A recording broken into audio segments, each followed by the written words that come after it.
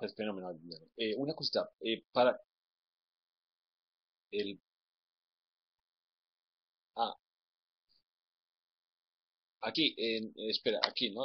Aquí, no, ahí, ahora, ¿no? En tamaño, ta- pulsando micrófono, ¿no? ¿Verdad?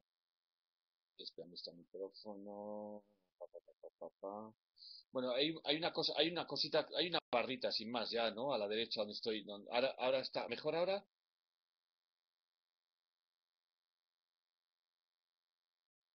Ah, sí.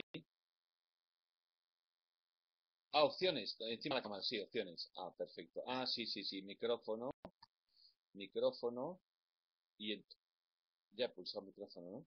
Espera, opciones, micrófono.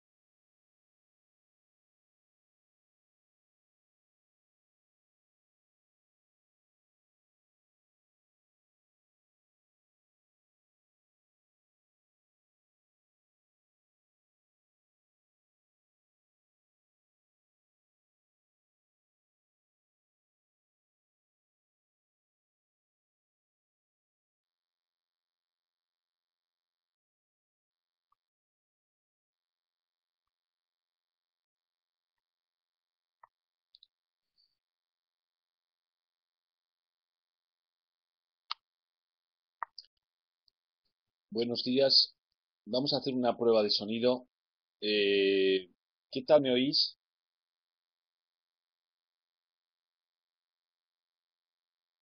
Buenos días. ¿Qué tal se oye? Bien, fenomenal. ¿Es necesario un poquito más alto, un poquito más bajo, un poquito más alto? ¿O es suficiente? Se escucha bien, ¿verdad? Muy bien, fenomenal. Muy bien, pues nada, en un minutillo, ¿no? Vamos a empezar para tratar de ser puntuales, ¿no? La verdad que yo soy bastante maniático de la puntualidad, ¿no? De tratar de ser puntuales al comienzo y al final, ¿no? Yo creo que además prácticamente es importante, ¿no? O sea, la puntualidad es un valor, ¿no? En algunos países en Europa es extremadamente, en general en Europa es importante, ¿no? En algunos países en Europa es casi es algo realmente, es radicalmente importante, ¿no? Países como Alemania, etcétera, ¿no? Inglaterra, ¿no? Donde realmente es muy, muy, muy importante, ¿no? Muy bien. ¿Qué tal, qué tal? La gran mayoría estáis en Costa Rica, ¿no? ¿Dónde estáis? ¿En San José? La gran mayoría.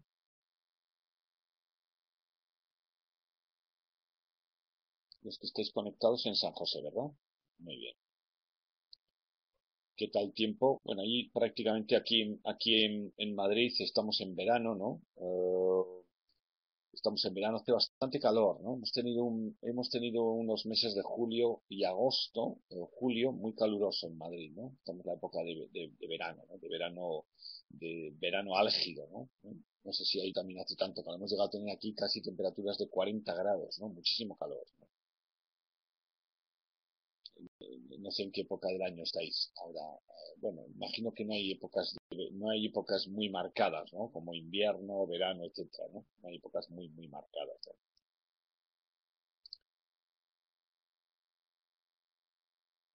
Las otras gafas más cómodas.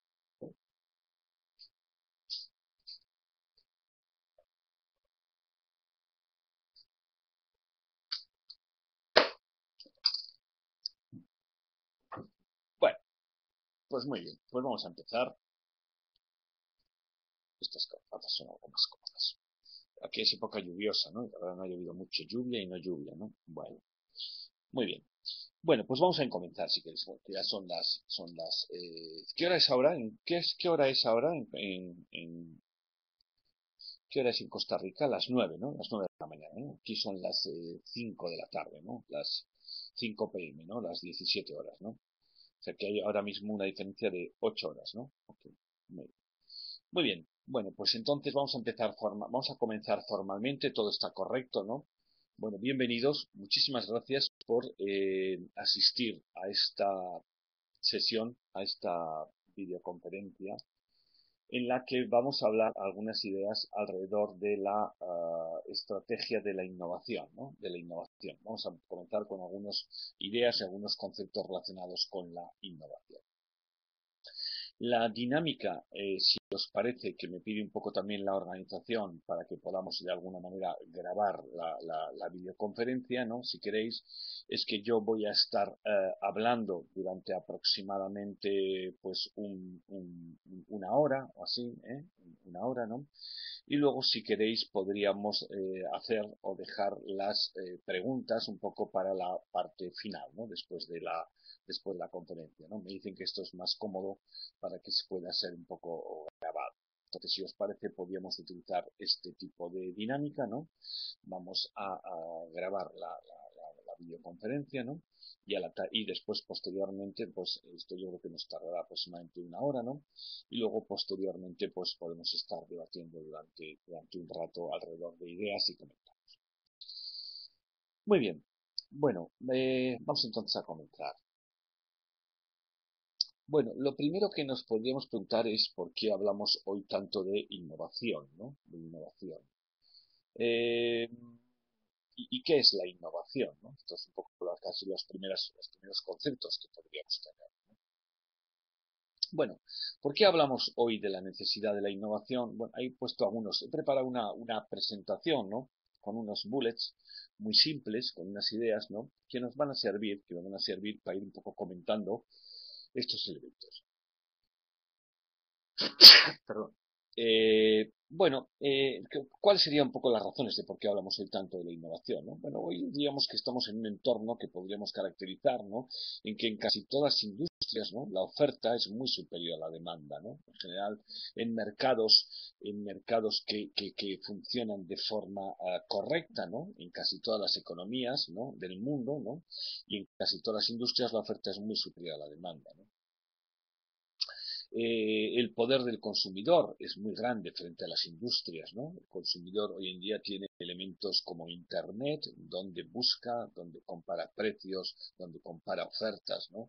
Luego, por tanto, de alguna manera un poco se ha desbalanceado un poco el poder, ¿no? De alguna manera de la relación entre consumidor e industria y empresa, ¿no? Hoy en día el consumidor tiene unas armas mucho más potentes, ¿no? Como decimos, en relación en esa interacción con la empresa, ¿no? En términos de buscar, en términos de comparar, incluso en términos de opinar, ¿no? De alguna manera, ¿no?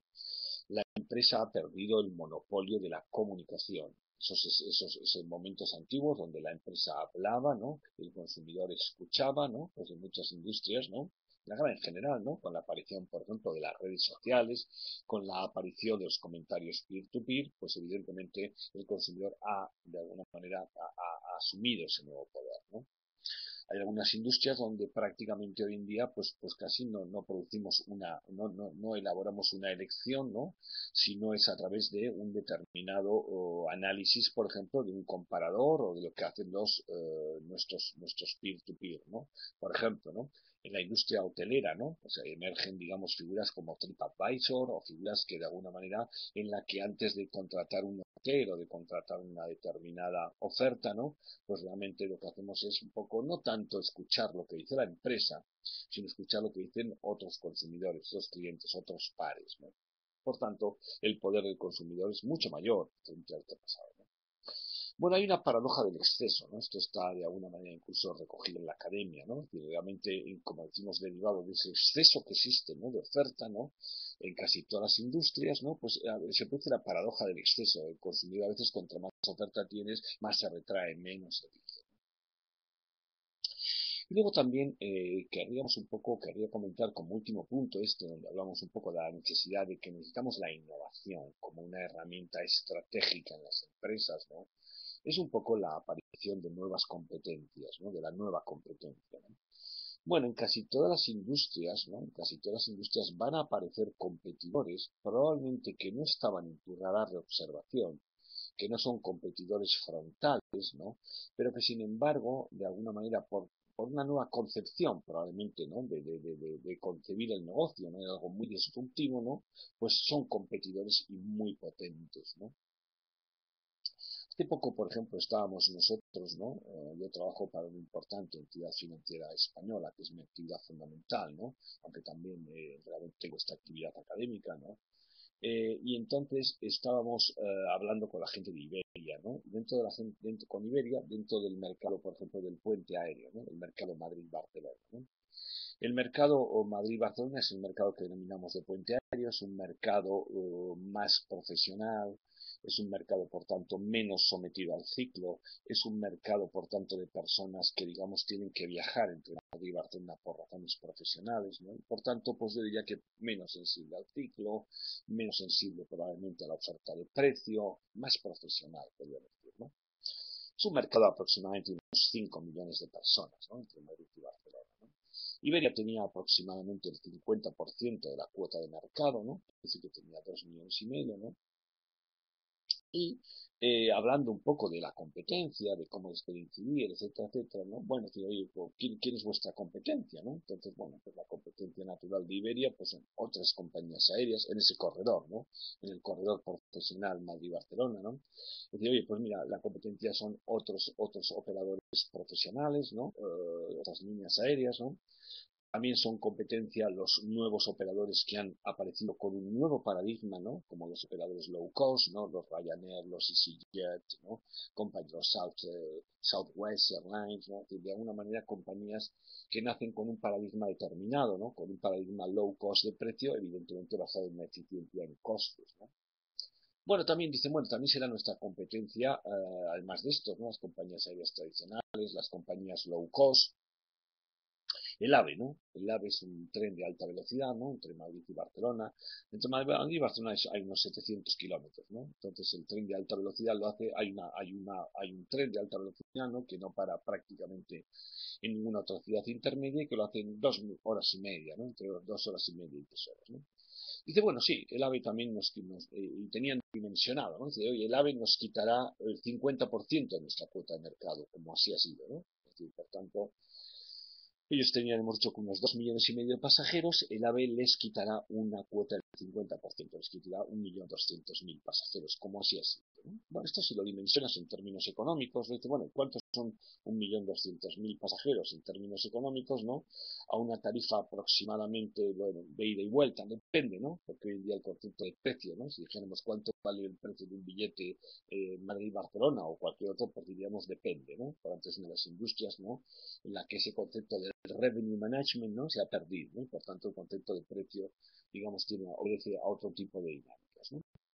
Pero si asumiéramos de forma sencilla, ¿no? Que un billete, por ejemplo, de Madrid-Barcelona podría costar en torno de una ida y vuelta, ¿no? En torno de 200 euros, ¿no? Como aproximadamente decíamos que Iberia va a perder el 50% de su cuota de mercado, que es decir, cuando entre el AVE, el tren de alta velocidad, ¿no?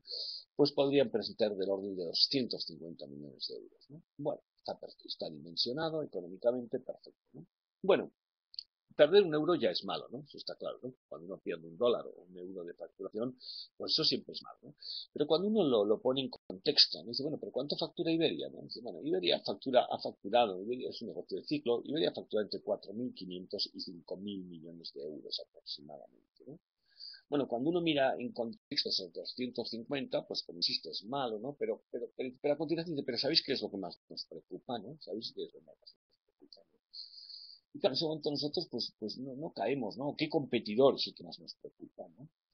Pues a continuación, el competidor que más nos preocupa en ese corredor profesional, en ese Madrid-Barcelona, es la teleconferencia, ¿no? Es la videoconferencia, la teleconferencia, ¿no? Y la verdad es que es verdad, ¿no? Cuando nosotros salimos de ahí de la reunión, pues es verdad, ¿no? Nosotros, por ejemplo, mi empresa tiene la sede central en Barcelona, ¿no? Normalmente viajábamos bastante, ¿no? Aproximadamente una vez cada 7 días, cada 10 días, ¿no? Entonces, cuando salimos decimos, pues sí es verdad, ¿no? Vamos a ver, porque viajar, ¿no? Bueno, viajar pues es algo, bueno, pues no es algo del todo cómodo, ¿no? Viajar es algo incómodo, ¿no? Para estar a las 9 de la mañana, 9:30 de la mañana en Barcelona, pues hay que coger el avión de las 7 de la mañana, para lo cual hay que estar en el aeropuerto muy pronto, ¿no? O sea, viajar es algo incómodo, por la tarde lo mismo, si la reunión termina a las 7, 8, ¿no? Pues es muy difícil estar en casa antes de las 11 de la noche, ¿no? O sea, viajar es algo incómodo, viajar, además, hoy por hoy todavía no permite contestar los mails cuando uno está viajando, ¿no? Se le acumulan los mails a uno en la bandeja de entrada. Viajar es caro, ¿no? Porque, bueno, pues lógicamente, pues viajar tiene unos costes, ¿no? Unos costes que la empresa tiene que superar. Pero sobre todo, el último punto, ¿no? Es que no es necesario, ¿no? Hoy en día los sistemas de teleconferencia que tenemos, ¿no? Los sistemas de videoconferencia. Bueno, este es un ejemplo, ¿no? Estamos en este momento teniendo esta conversación, ¿no? A miles y miles de kilómetros, ¿no? Con este nivel de garantía y de calidad, pues es evidentemente uno de los elementos, ¿no? Bueno, es decir, oye, es que no es necesario, ¿no? Es decir, más allá probablemente bueno, pues más allá del contacto humano, más allá de ir a veces a ver a los colegas, ¿no? Pero no es estrictamente necesario, ¿eh? Lo que quiero decir con esto es que ha aparecido un competidor, ¿no? Un competidor, como es la videoconferencia, la teleconferencia, ¿no? A una industria como las líneas aéreas, ¿no? En un determinado segmento, ¿no? Que nunca estuvo en su radar de observación, ¿no? Que es un competidor que llamamos competidores laterales, ¿no? De hecho, probablemente son los más peligrosos, ¿no?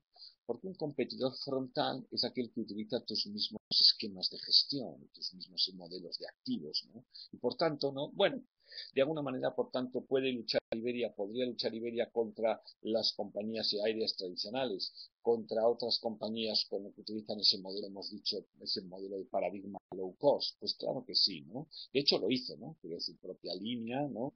De low cost, ¿no?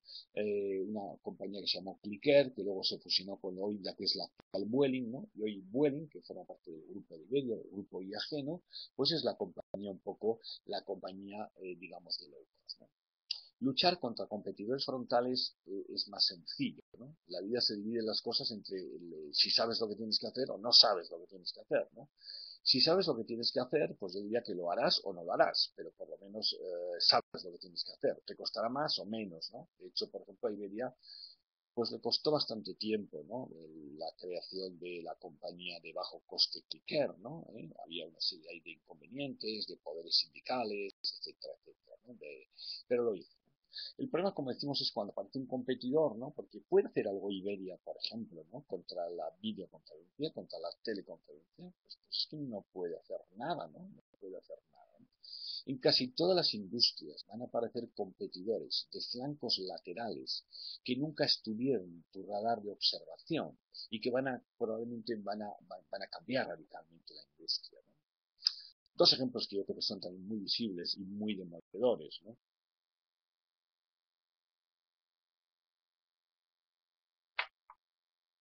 Uno, por ejemplo, pues no sé, la industria de las cámaras fotográficas, ¿no? Tengo aquí delante un smartphone, un móvil, ¿no?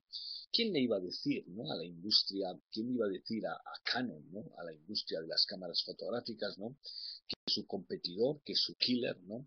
Iba a venir de la industria de la telefonía, ¿no? Probablemente cuando Canon hacía sus análisis de competencia, pues sus análisis de competencia estaban en los entornos de, no sé, de Polaroid o de otras cámaras, ¿no? Pero luego, ¿quién le iba a decir que hoy prácticamente seguro que el 90% de las personas pues realmente no compramos solamente una cámara fotográfica, ¿no? Nos sirve con el que lleva el propio smartphone, ¿no? Por tanto, de un competidor lateral, ¿no? Como decimos, ¿quién iba a decir a la industria de cámaras fotográficas que la competencia vendría de la industria de la telefonía, ¿no?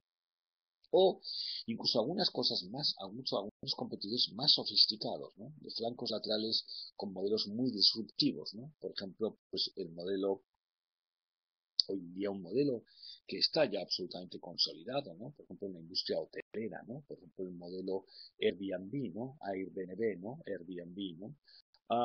Bueno, ¿quién le iba a decir probablemente a la industria hotelera, ¿no? De los grandes incumbentes, ¿no? Las grandes cadenas, ¿no? Intercontinental, Hilton, de las grandes cadenas hoteleras, ¿no? Que su competidor probablemente iba a venir de unos chavalotes, ¿no? De unos frikis, un poco como podríamos haber dicho un poco en broma inicialmente, ¿no? Y unos chavalotes de San Francisco que decían que, bueno, ellos habían desarrollado un aplicativo que ponía en contacto a personas que eran capaces de suministrar o alquilar habitaciones con personas que lo demandaban, ¿no? Que parecía que, por tanto, esto no iba con los incumbentes, ¿no? Y en esta industria, es más, las barreras que hemos interpretado siempre en la estrategia tradicional, ¿no? Oye, las barreras de entrada, ¿no? En esta industria, en la industria hotelera, hay que tener barreras de entrada, entre ellas financieras, ¿no? Si nosotros somos Marriott, somos Intercontinental, somos las grandes cadenas, por tanto hay que tener edificios físicos, hay que tener muchos economics, hay que tener un gran músculo financiero, ¿no? Bueno, tenemos que probablemente hoy la tecnología y la forma de concebir los negocios, ¿no? Que esto hablaremos también más, ¿no? Es un tema hoy en día muy, muy interesante, ¿no? Digamos, la nueva concepción de los negocios a través sobre todo de la disrupción de la tecnología hace que hoy en día pues esta gente de Airbnb pues sea los primeros hoteleros del mundo, ¿no? Y además, curiosamente o paradójicamente, sin tener ellos propiamente ninguna habitación en propiedad, ¿no? Sin ser, ¿no? Hoy Airbnb vale mucho más que Marriott, etcétera, ¿no?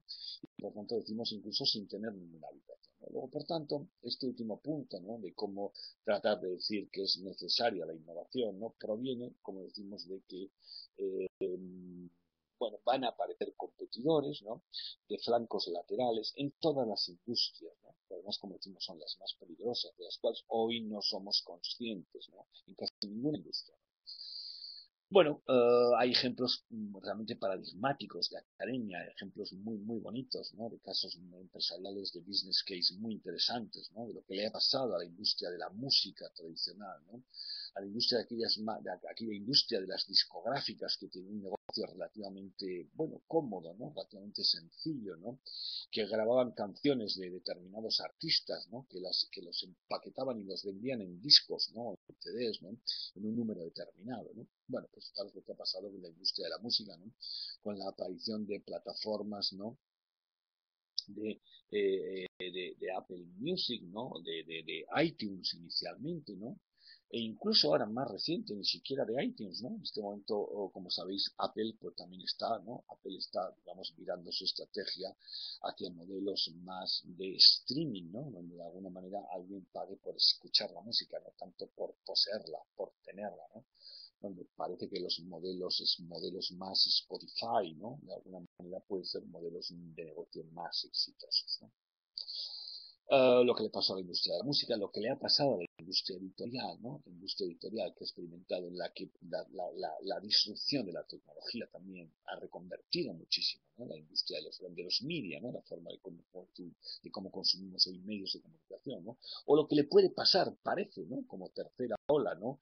A la industria financiera, probablemente hoy en día el gran tercer sector, la tercera gran industria que va a experimentar una profunda transformación, ¿no? Con los nuevos incumbentes o con nuevos incumbentes, ¿no? Con nuevos fintech, ¿no? Las famosas Financial Technology Companies, ¿no? Y que al final en la mente de todos nos aparecen enseguida, ¿no? Pues los Apple, los Google, los Amazon, ¿no? Uh, Apple le hemos entregado a Apple, ¿no? Nosotros, ¿no? Le hemos entregado nosotros voluntariamente del orden me parece que leía el otro día, 300, 400 millones de tarjetas de todo el mundo, ¿no? Para que nos cobren cuando nos descargamos una aplicación de pago, ¿no? Apple tiene más clientes que el Banco Santander en el mundo, ¿no? Que cualquier otro banco. ¿Podría mañana Apple pasar a realizar una actividad financiera? Bueno, ¿por qué no? O Google, ¿no? Podría hacer operaciones, por ejemplo, a Google mañana de operaciones de préstamo, operaciones de lending peer-to-peer. Es decir, ¿cuál puede ser el futuro de alguna manera de la reconcepción de esos modelos de negocio, de esa nueva competencia? Bueno, por tanto, estas podrían ser una especie de, digamos, de razones, de causas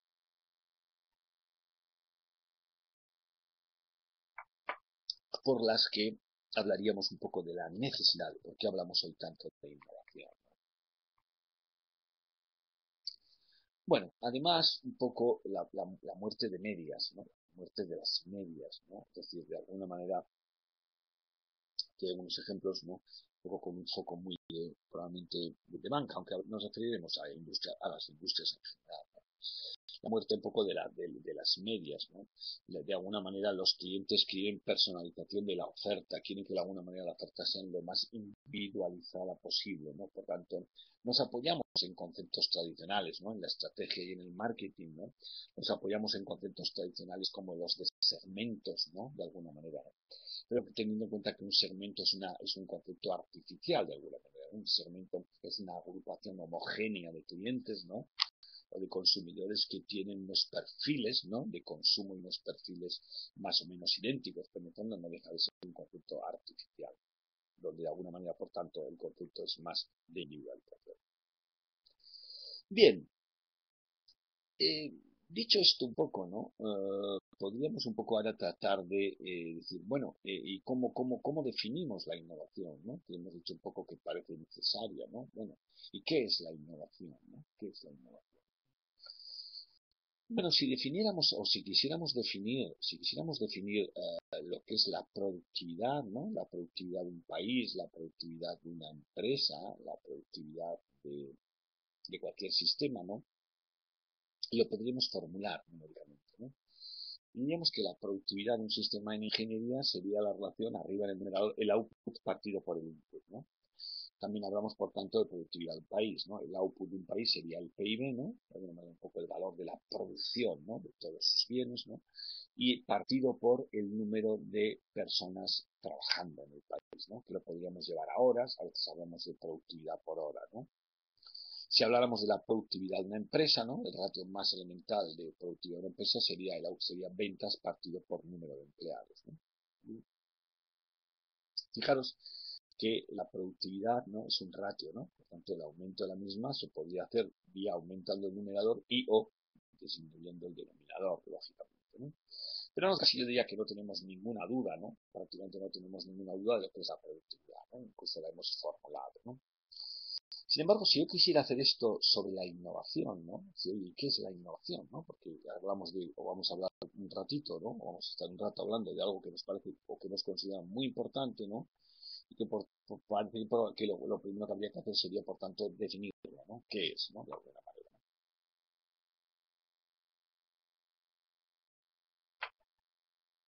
Bueno, la innovación tiene dos dimensiones, ¿eh?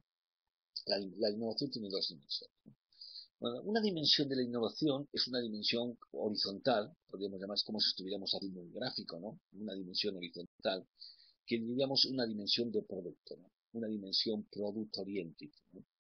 Bueno, esto es muy típico de empresas tecnológicas, de empresas de alimentación, de empresas de espectáculos, por ejemplo, ¿no? El ejemplo paradigmático, por ejemplo, sería Apple, ¿no? Apple como empresa de innovación de producto, ¿no? Apple, por ejemplo, bueno, Apple ya sabíamos lo que era, ¿no? Apple es una empresa que venía de fabricar, una empresa fabricante de herrajes, ¿no? De hardware, por decirlo así, ¿no? Por tanto, con sus estaciones de trabajo, con sus laptops, etcétera, etcétera, ¿no? Bueno, uno de los temas importantes del innovador, de las mentes innovadoras de la innovación, tiene que ver un poco con la búsqueda de nuevos reservorios de valor, ¿no? ¿Por qué? Porque en general, casi todas las industrias, el core de tu industria se vuelve de márgenes decrecientes, ¿no? Esto es un principio prácticamente estratégico que es un invariante, ¿no? Primero porque si tu industria era una industria con altos márgenes, ¿no? Con un gran gap de valor, ¿no? Aparecerán competidores que probablemente lo que harán es mordisquear ese gap de valor, ¿no? Y si la empresa ya era de márgenes malos, pues era de márgenes malos, ¿no? Con lo cual podríamos decir que en casi todas las industrias el core de tu negocio va a devenir en márgenes decrecientes. Por tanto, una de las características del innovador o de la innovación es ir a buscar nuevos reservorios de valor, ¿no? Apple entiende que hay valor, que hay un nuevo reservorio, que hay más peces en la industria de la música, ¿no?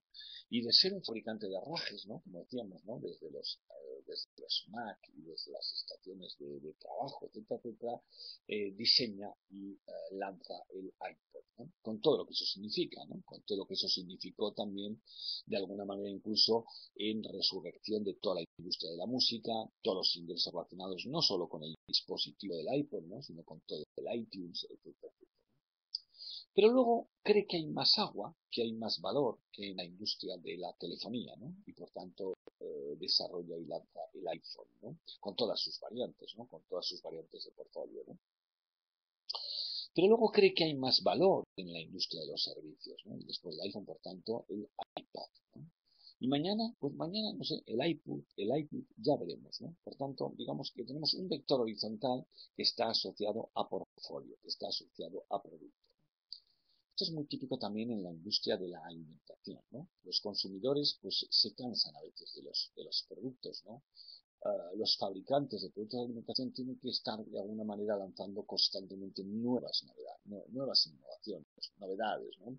El yogur con omega 3, el yogur con bífidos, el yogur con, no sé, con omega partido por la raíz cuadrada de pi, por hacer una broma, ¿no?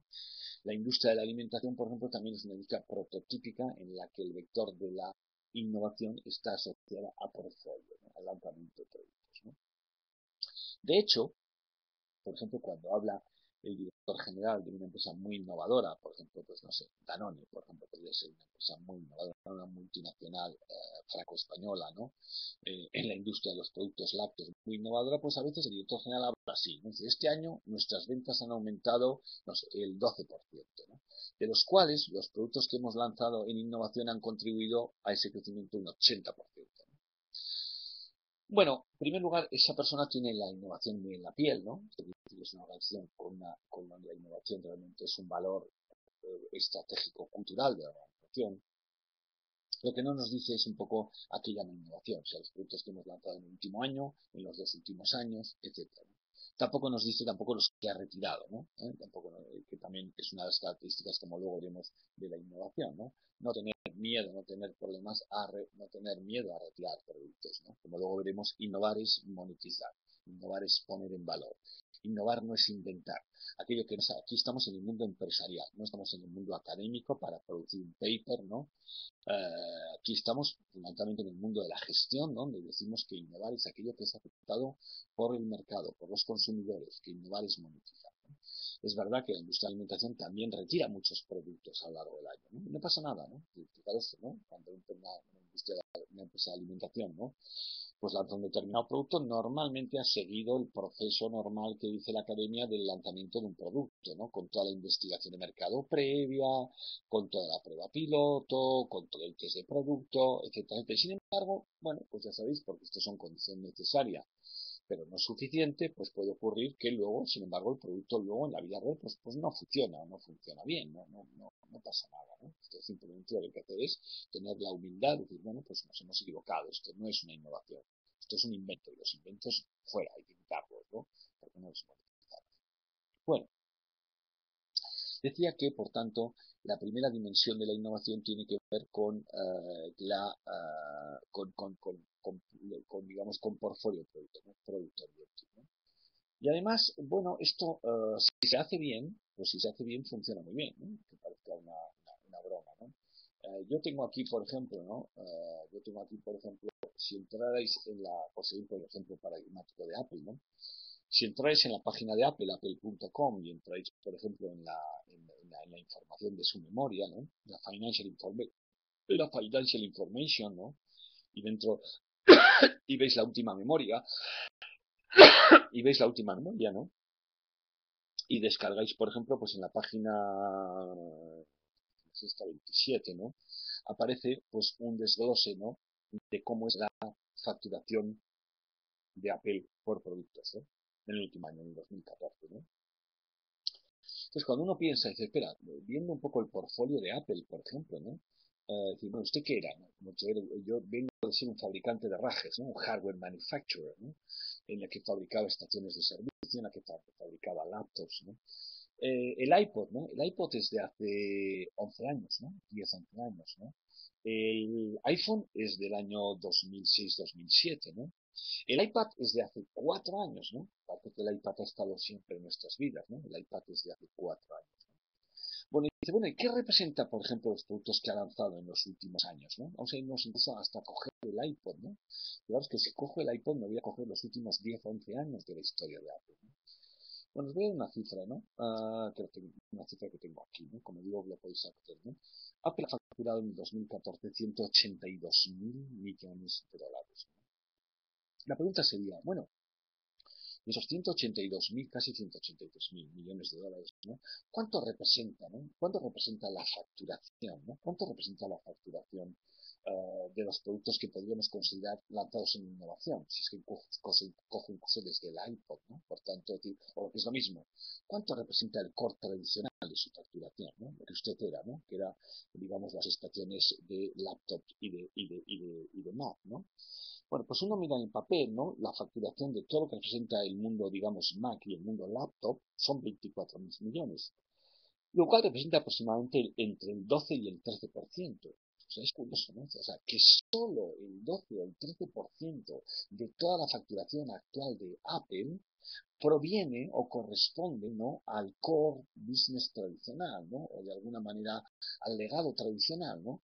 Es decir, prácticamente más del 85% de la nueva facturación corresponde a los productos que podríamos considerar de nueva innovación, ¿no? De innovación, ¿no? Considerando lo que representa iPod, lo que representa iPhone, lo que representa iPod más iTunes, evidentemente, ¿no?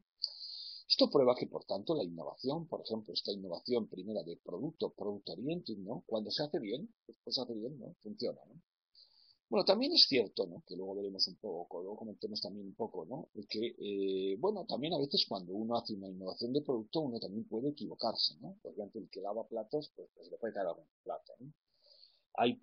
Apple, por ejemplo, tuvo un teléfono de una joint venture que tuvo con Motorola, ¿no? el teléfono ROCK-R, ¿no? Que fue un fracaso, ¿no? De hecho, prácticamente no llegó a Europa, ¿no? Bueno, pues entre comillas, bueno, pues fue un producto lanzado, como decimos, dentro de esa estrategia Product Oriented, ¿no? De una alianza con Motorola que no funcionó bien, justo antes o un poquito antes del lanzamiento del iPhone. Bueno, luego, por tanto, fijaros, la primera dimensión importante de la innovación tiene que ver con la Product Oriented, ¿no? Y esto al final, fijaros, también tiene que ver con la diversificación, ¿no? ¿Con qué conjuga la innovación? La innovación siempre conjuga con diversificación, ¿no? Fijaros que diversificación movida ¿por qué? Por la búsqueda de nuevos reservorios de valor, a veces diferentes respecto al core de tu negocio, ¿no? Hemos dicho que Apple era un fabricante, un hardware manufacturer, ¿no? De repente cree que hay agua en la industria de la música, iPod. Pero luego cree que hay más agua en la industria de la telefonía, iPhone. Pero luego cree que hay más agua en la industria de los servicios, iPad. Y mañana, pues ya veremos, decimos iPod, iPad en broma, ya veremos, ¿no? Diversificación. Muy bien. El segundo vector que reconoce, dice, oye, pero hay empresas o hay industrias que no son product oriented, ¿no?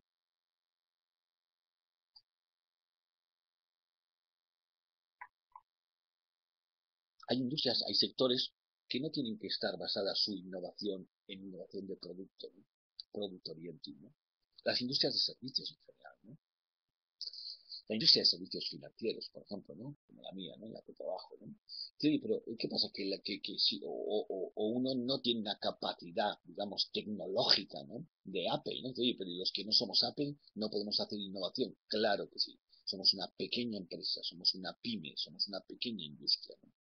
Segundo vector de la innovación, que además lo reconoce lo que el corpus teórico que se llama el Manual de Oslo, tiene que ver con lo que llamamos modo de gestión. Eso es como el otro vector, como la ordenada, ¿no? Las axisas es como si fueran para industrias product oriented, las ordenadas serían para la innovación a través del modo de gestión, ¿no? De los modos de gestión. ¿Y qué son de los modos de gestión? Bueno, pues modo de gestión significa cualquier proceso, no porque es el producto, cualquier proceso que sea novedoso para la empresa, no tiene que ser novedoso para el mundo mundial. Todas las empresas no tienen por qué ser Apple, ni puñetera falta que hace, un poco por decirlo en broma, ¿no? Pero sin embargo, en ese modo de gestión sería innovación todo aquel proceso que contribuya a aumentar los ingresos y o disminuir los gastos. Por ejemplo, oye, la introducción de un sistema CRM en la empresa es un proceso de innovación, sí. La introducción de un proceso de nuevo de tesorería es un proceso de innovación, sí. La introducción de un proceso de gestión de un nuevo canal de distribución es un proceso de innovación en la empresa, sí. En definitiva, cualquier modo de gestión nuevo para la empresa, que no tiene por qué ser, por tanto, de una radical innovation, ¿no? De innovación en el mundo mundial, no hace falta, ¿no? Sino que sea novedad para la empresa, para su entorno, ¿no? Que suponga sobre todo, porque la innovación decíamos, ¿no? Que no, como luego veremos especialmente, y somos para esto en esto somos bueno, pues muy críticos, ¿no? La innovación tiene que monetizarse, la innovación tiene que ponerse en valor, ¿no? Y este vector, que tiene que ver con modo de gestión, la innovación hará dos cosas. Nos permitirá nuevos ingresos, ¿no? Imaginemos, yo que sé, ¿no? Que ponemos en marcha un nuevo canal de distribución, ¿no? Un nuevo canal de distribución no tiene por qué ser nuevo en el sentido de producto, ¿no? No tiene que ser un nuevo canal de delivery, ¿no? Un nuevo canal de distribución, ¿no? Un nuevo, por ejemplo, a través del e-commerce, ¿no? En la empresa, ¿no? ¿Eso es un proceso de innovación? Sí. Por tanto, cualquier proceso que tenga que servir para aumentar los ingresos y o, cuidado, disminuir los gastos, ¿no? Que hoy hemos puesto en marcha un nuevo sistema, un nuevo CRM, que nos va a permitir una nueva gestión mejor con nuestros clientes, que nos va a permitir abaratar los gastos, que nos va a permitir abaratar los costes. Hemos puesto en marcha un nuevo sistema de gestión de la tesorería, un nuevo sistema de gestión de cobros y pagos, ¿no? Que tiene que ver, por tanto, con el vector vertical, con la diferenciación, por tanto, ¿no? Diferenciación, pero claro, diferenciación para hacer cosas mejor, ¿no? En ese ámbito de la gestión. Esos son los dos vectores muy importantes que tienen que ver con la innovación, ¿no? No sabemos definir la innovación desde un punto de vista paramétrico, desde un punto de vista formulado, como lo hacíamos con la productividad, pero sí lo asociamos a dos vectores, al vector Product Oriented Portfolio o al vector modo de gestión, ¿no? Por tanto, todas las empresas, ¿no? No basta decir yo soy una empresa pequeña, yo soy una empresa pyme, yo no soy una empresa tecnológica. Todas las empresas pueden poner en marcha procesos de innovación. incluso un nuevo proceso, por ejemplo, de gestión de personas, ¿no? De intentar que las personas tengan un mayor nivel de compromiso, un mayor nivel de engagement, un mayor nivel, por tanto, que pueda aumentar, ¿no? Ese modelo vertical, sus ingresos, disminuir sus gastos, es un proceso de innovación. Luego, todas las empresas están comprometidas con procesos de innovación. Bueno, esto es lo mismo. Bueno, la innovación, que más o menos hemos dicho que es necesaria, que más o menos la hemos definido un poco, la hemos asociado a esos dos vectores, ¿no? Bueno, ¿es sencillo de introducir la innovación? ¿Es sencillo de introducir en la organización? No, pues no es.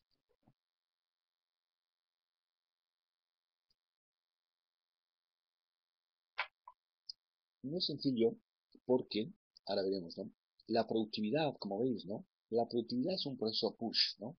La productividad es un proceso que siempre arranca de la organización hacia las personas, ¿no? O te adaptas, ¿no? De alguna manera decir, oye, pues mira, a partir de mañana el nuevo sistema de contabilización, el nuevo sistema de liquidación de gastos, el nuevo sistema, no sé, ámbitos de productividad pura, ¿no? Que la organización introduce, pues son los que son, ¿no? Por eso las personas se adaptan. Sin embargo, la innovación es un proceso que viene siempre de quien hace las cosas y o las consume, ¿no? La innovación viene de la persona hacia la organización, veis la flecha, ¿no? Mientras que la productividad, que es un proceso push, viene de la organización a la persona. Mientras que la innovación es un proceso que podemos llamar proceso pull, ¿no? Podemos decir, ¿no? Viene siempre de quien hace las cosas, de la persona hacia la organización. Por eso, no son sencillas, ¿no? La innovación viene, como veremos ahora, la innovación viene de quien hace las cosas, las personas, los empleados, y o las consume, los clientes. La innovación no viene necesariamente de la gerencia general. La innovación no viste bata blanca. La innovación no vive en el despacho, no tiene por qué vivir únicamente en el despacho de la gerencia general, ¿no?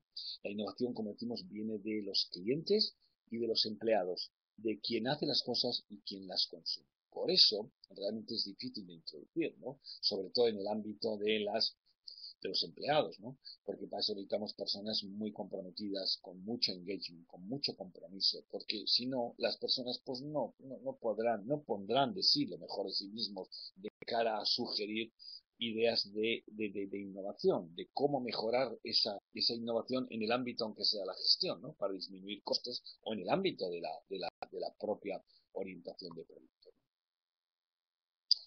La innovación viene siempre de quien hace las cosas y o las consume, ¿no? Bueno, debiera estar, como dice ahí, ¿no? Hubo un tiempo, este es un banco, por ejemplo, español, ¿no? Sí, incluso, ¿cuál sería la forma, digamos, más, bueno, la forma probablemente más hard, ¿no? De introducir la innovación en una organización? Pues probablemente introducirla en el sistema de evaluación de desempeño de las personas, ¿no? Así que de alguna manera, ¿no? Dentro de ese proceso de evaluación de las personas anual, ¿no? Su jefe, en la relación con la persona, podría tratar también de comentar, decir, oye, no sé, cuál ha sido tu contribución, ¿no? O bien a los procesos de mejoras, o bien a los procesos de innovación de producto, en función de cómo es nuestra empresa. Si es una empresa product oriented, ¿no? O es una empresa, digamos, de servicios, por ejemplo, ¿no? En la que es muy importante la mejora del proceso, ¿no? Lo que llamamos los modos de gestión, ¿no? La innovación viene de quien hace las cosas. La innovación no viene necesariamente de la gerencia general, ¿no? Viene de quien hace las cosas y o las consume, ¿no? Esto da origen a lo que en la literatura llamamos todo el tema de Open Innovation, ¿no? Open Innovation, ¿no? ¿Qué tenemos que hacer, no? Esto no es fácil, ¿no? Claro, oye, ¿cómo montar, cómo conformar un sistema de Open Innovation, por ejemplo, en nuestra empresa, ¿no? En la que de alguna manera alrededor de un problema, ¿no? Que normalmente, digamos, la innovación tampoco tiene que ser algo como conceptualmente muy etérea, sino para solucionar un problema que tienen nuestros clientes, que en definitiva nos va a permitir ganar más dinero y o tener menos costes, ¿no? Y siempre de cara a los clientes, que son nuestro leitmotiv, ¿no? Nuestra razón de existir, ¿no? Por tanto, primero definir un problema, ¿no? Digamos, la metodología de Open Innovation, ¿no? Que tiene una metodología, ¿no? Que, si quieres, la comentaremos con un poquito más en detalle, probablemente en mi viaje con vosotros, ¿no? En la metodología tenemos que dar entrada tanto a los clientes como a los empleados, ¿no? Como a las personas que hacen las cosas. Incluso podríamos tener unos tercer miembros de un proceso de Open Innovation, ¿no? Relacionado, por ejemplo, también con expertos, ¿no? Expertos sobre una determinada materia.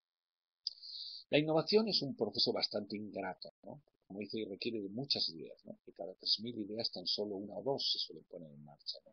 Todo un proceso dentro de esto de la Open Innovation, ¿no? Comienza con una fase de ideación, con una fase un poco de alguna manera de, bueno, de producir ideas, ¿no? El output de esta fase sería producir ideas, ¿no? Hay software incluso especializado en este tema, ¿no? En esa primera fase se selecciona una o dos, ¿no? Porque fundamentalmente una, ¿no? Porque no tenemos, las organizaciones tienen que tener mucho foco, tienen que concentrarse, no podemos abordar todo tipo de situaciones de mejora, ¿no? De producto, de proceso, ¿no?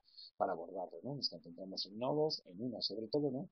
Y digamos, comenzamos con el prototipo, ¿no? Generamos el prototipo de solución, ¿no? Generamos el prototipo, ese prototipo lo ponemos de alguna manera, lo probamos, ¿no? En un determinado segmento reducido o una determinada zona geográfica pequeña para ver cómo funciona. Si no funciona fuera, decimos que no tenemos que tener miedo, ¿no? Porque como luego veremos, ya mucho innovar es monetizar, ¿no? Y si funciona, pues automáticamente lo extenderemos al resto de segmentos y al resto de geografías, ¿no?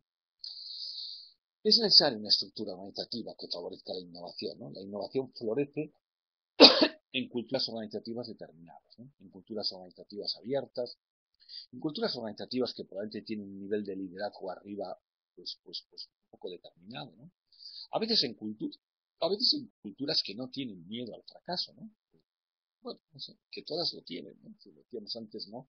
Como Apple lanzó antes del lanzamiento del iPhone, tuvo una experiencia, una joint venture con Motorola, ¿no? De un teléfono que fue un fracaso, ¿no? O Google, ¿no? No sé si alguien recuerda una red social, Google, ¿no? Claro, Google, ¿no? Estamos hablando de Google, ¿no? Google incluso, por ejemplo, ha lanzado recientemente una red social que es Google Plus, ¿no? Que bueno, pues ¿cómo anda? Pues bueno, pues probablemente con cuotas de mercado de diferente éxito, ¿no? En diferentes geografías del mundo, ¿no? Y que le cuesta mucho hacerse un hueco, ¿no? En relación con Facebook, por ejemplo, ¿no? Pero es que lo que nadie recuerda o casi no recuerda es que Google ya tuvo una red social anterior que fue un completo fracaso. No sé si recordáis el Orkut, ¿no? Orkut, ¿no? Una red social que tuvo un completo fracaso. Es verdad, Luis, ¿no? Que probablemente Apple dice ahora con el iWatch, ¿no? Sí, efectivamente, ¿no? Esto es un poco lo que decíamos antes, iPod que decía ahora, ¿no? iWatch, ¿no? iWatch sería un ejemplo de esa filosofía product oriented, ¿no? Totalmente product oriented de producto, ¿no? Bueno, la cultura organizativa, las estructuras organizativas, esto es complicado, ¿no? La única forma de tener buenas ideas es tener muchas ideas, ¿no? La innovación es ver lo que todo el mundo ha visto, pero pensar lo que no ha pensado nadie, ¿no? Bueno, la innovación, ¿no? Es un concepto superior al de la tecnología, ¿no? La tecnología es un driver de innovación, no el único. No el único. Es verdad que la tecnología es un driver, ¿no? Por ejemplo, hay culturas organizativas con una fuerte componente tecnológica, ¿no? Por ejemplo, como hemos dicho, Apple, ¿no? Pero bueno, hay grandísimas innovaciones que no tienen un componente tecnológico. Me estoy hablando de alguna innovación española, ¿no? Que no es tan tecnológica, pero que no sé, el chupa chups, ¿no?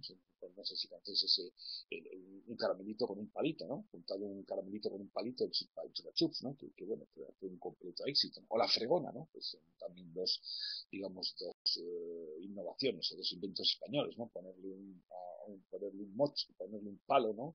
A un mocho, ¿no? Algo para fregar, ¿no? Por ejemplo, ¿no? Bueno, ver lo que todo el mundo ha visto, pero pensar lo que no ha pensado nadie. Como decimos, la innovación se apalanca mucho en la tecnología, pero no necesariamente, ¿no? Por ejemplo, en las industrias, por ejemplo, de servicios, no decíamos, ¿no? Las industrias de servicios, ¿no? Las industrias, por ejemplo, que no somos product oriented, ¿no? Estamos muy obsesionados, por ejemplo, con el delivery, con el canal, con la distribución, cómo acabará nuestro producto en manos del cliente, ¿no? Y eso, bueno, hay, digamos, industrias en las que, bueno, apalancarse en la tecnología es importante y hay otras en las que por antes es menos crítico, aunque es verdad hoy en día, ¿no? Que la tecnología, ¿no? Pues es un elemento crítico, ¿no? Probablemente de innovación. La verdad es que la tecnología, como buena noticia también, pues ha facilitado su acceso, ¿no? Hoy en día, por tanto, el acceso, primero desde el concepto básico de Internet, ¿no? Hasta hoy en día cómo consumimos la tecnología, ¿no? Hoy consumimos la tecnología con conceptos probablemente radicalmente distintos, ¿no? A como los consumíamos hace unos años, ¿no? Consumimos la tecnología con conceptos de software as a service, de pago por uso. Yo me acuerdo cuando era más joven, ¿no?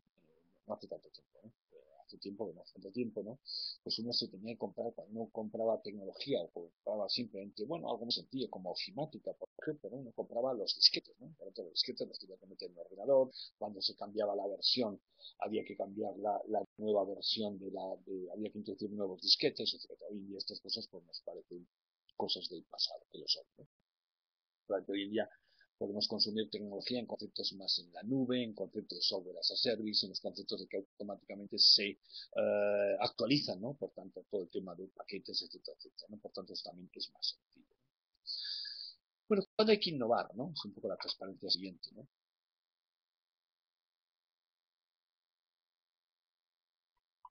Bueno, la innovación, que esto si ahí viéramos un poco, que no sé por qué nos sale la típica curva, ¿no? De la vida de un producto, ¿no? El nacimiento, vida y, digamos, saturación de producto, ¿no? Cuando uno lanza un producto, aunque sea nuevo, aunque no sea nuevo en el mundo mundial, pero sí lo es para su realidad, su microrealidad de empresa, ¿no? Pues si uno lanza el producto, el lanzamiento del producto, ¿no? El valor dice deriva de la innovación de producto, ¿no? Porque estamos en el momento de la creación, ¿no? Cuando el producto, digamos, va tomando tiempo, ¿no? Normalmente, por tanto, alcanza determinados niveles de crecimiento en ventas, de resultados, ¿no? Dice, el valor deriva de la innovación de negocio, ¿no? Sí, efectivamente, ¿no? ¿Es posible introducir innovación en un producto ya existente que encuentre, digamos, en determinadas fases de maduración? Sí. ¿Dónde? Fundamentalmente, pues derivado del modelo de negocio, ¿no? Y sobre todo, fundamentalmente, yo creo que hay mucha innovación pendiente, como decimos, por ejemplo, en mi industria, ¿no? En la industria de servicios financieros, ¿no? No somos una industria muy product oriented, ¿no? Muy de una innovación radical de producto, ¿no? Nuestra innovación tiene que ver más con la distribución, más con el delivery, más con el modelo de cómo acabará el producto en manos del cliente, ¿no? Nuevos canales de distribución, etcétera, etcétera. Los que, como decíamos antes, apalancarnos sobre la tecnología es muy, muy importante. Bueno, bueno, aquí hay unos ejemplos un poco, ¿no? De innovación en el marketing financiero, ¿no? Un poco esto tiene un poco un foco más de esto. Aquí un poco suele utilizar un poco esta transparencia, ¿no? Para, en función de quiénes estamos un poco en la reunión, ¿no? Etcétera, etcétera, ¿no? Pues hablar un poco, decir, oye, en mi industria, en mi sector, en el que yo trabajo, ¿no? En el que yo trabajo, esto si queréis lo haremos un poco, lo trataremos un poco más individualizadamente también cuando nos veamos en mi sector. ¿De qué tipo es más la innovación? ¿Es una innovación más product oriented de producto o es una innovación más de modo de gestión, ¿no? De alguna manera, ¿no? Que un poco es, bueno, esto es un poco lo mismo, ¿no? Como discutir un poco, ¿no? O incluso lo normal, ¿no? Es que, por ejemplo, haya innovación. Lo ideal sería, ¿no? O sea, que la innovación tenía esos dos vectores, ¿no? El vector de producto orientado, y el vector de modo de gestión de ordenado, ¿no? Probablemente en muchos casos lo exitoso sería trabajar ambos vectores, ¿no? Por ejemplo, ahí tenéis un poco una cosa que trabajamos nosotros ahora bastante, ¿no? Tenemos innovación de negocio, ¿no? De canales de distribución a la isofuncionalidad de los canales en el sector financiero. ¿Qué significa esto? ¿No? Bueno, y esto incluso probablemente no solo sirve para el sector financiero, sirve para muchos sectores, ¿no? Puede ocurrir, por ejemplo, imaginaros que un cliente, ¿no? Comienza una relación con vuestra empresa a través de la web, ¿no? A través de Internet, ¿no? Entonces entra y está en el workflow natural de la navegación, pero en un momento ¡puff! Va y se cae, por ejemplo, ¿no? Entonces cuando le preguntáis a un cliente, nosotros le preguntábamos, ¿no? ¿Qué había pasado, ¿no? En ese workflow, ¿no? Pero lo importante es que no había comprado, ¿no? Eso se olvide que fundamentalmente hoy casi todas las organizaciones vemos Internet, ¿no? No tanto desde un punto de vista transaccional para hacer cosas, sino desde un punto de vista de negocio, ¿no? Que sirva para vender, que sirva para gestionar, para generar revenues, ¿no? Cuando le preguntamos por qué no había comprado, ¿no? Por tanto, no habíamos conseguido nuestro resultado final, ¿no? Dice el cliente, no, tuve alguna duda, me surgió algún problema, ¿no? ¿Qué pasa? Que si en ese momento probablemente el cliente hubiera podido pulsar en nuestra web, ¿no? Eh, exactamente, Vania, efectivamente, ¿no? Si tiene que ver con entrar en nuevos canales, ¿no? En nuevos mercados. Es un proceso, evidentemente, muy claramente delimitado, ¿no? ¿No? Que probablemente a veces no tiene que ver con un producto radicalmente de producto, ¿no? Sino con ese modo vertical de alguna manera, ¿no? De cómo introducir nuevos canales o nuevos mercados, ¿no? Yo creo que ese es, de hecho, yo creo que ese es uno de los grandísimos desafíos que realmente tenemos, ¿no? Decía un poco que, por ejemplo, nuestros clientes cuando entraban en un canal, ¿no? Y se caían, ¿no? Como no llegaba a comprar, ¿no? Por eso le preguntamos, ¿qué pasó? Surgió una duda, ¿no? ¿Qué pasaría si hubiera tenido en ese momento en la web un botón, algo, en el que le hubiera, hoy la tecnología lo permite, ¿no? A nuestro cliente le hubiera sacado, por ejemplo, de esa navegación, ¿no? Le hubiera sacado una cámara o de un gestor, como yo ahora, que le hubiera dicho, señor Martínez, con una pantallita al lado, que está viendo perfectamente quién es y quién ha navegado hasta el momento, qué problema tiene, ¿no? Entonces el cliente normalmente pues hará alguna pregunta, normalmente tendrá alguna duda, pues oye, tengo alguna duda sobre qué es este producto, qué fiscalidad tiene, etcétera, etcétera. Si automáticamente el gestor le respondiera y le devolviera la navegación, pues probablemente el cliente habría terminado y compraría, ¿no? Es decir, que puede haber, por tanto, esa mezcla, ¿no? Lo que llamamos la isofuncionalidad de los canales, ¿no? Es decir, puede haber operaciones que comiencen en un canal que salgan de ese canal, que vuelvan al canal original, que terminen en el canal original o que no. Porque puede ser que este cliente le hubiera hecho una pregunta a nuestro gestor, ¿no? Y en ese momento no se le hubiera podido responder. Le he dicho, señor Martín, se la apunto y haremos que me llamen por teléfono para solucionar el problema. Por tanto, alguna operación que ha comenzado en un canal, ¿no? Pues realmente puede terminar en otro canal, ¿no? Lo que llamamos la isofuncionalidad de los canales. Bueno, innovar no es inventar, yo creo que esto es importante. No estamos hablando del mundo empresarial, no estamos hablando aquí de un mundo puramente universitario, puramente académico, ¿no? En la que producimos papers para publicar en una revista, ¿no? Estamos hablando del mundo empresarial, del mundo de la gestión. Por tanto, innovar no es inventar, innovar es monetizar. La clave es que tiene que ser aceptado, funcionar, monetizar por el mercado, ¿no? Por tanto, si algo a veces tenemos algo un poco aquí, la única duda que tenemos a veces, ¿no? Es cuál es el delay, ¿no? ¿Cuál es el tiempo, ¿no? Es decir, oye, ¿cuál es el tiempo? ¿Cuál es el delay, ¿no? Que ante el lanzamiento de un proceso, de un determinado producto, sabremos si esto es un invento o es una innovación, ¿no? Bueno, esto es un poco lo que no tenemos a veces del todo, ¿no? Hay algunas industrias que tienen más suerte, ¿no? Por ejemplo, antes hablábamos de la industria de la alimentación, ¿no?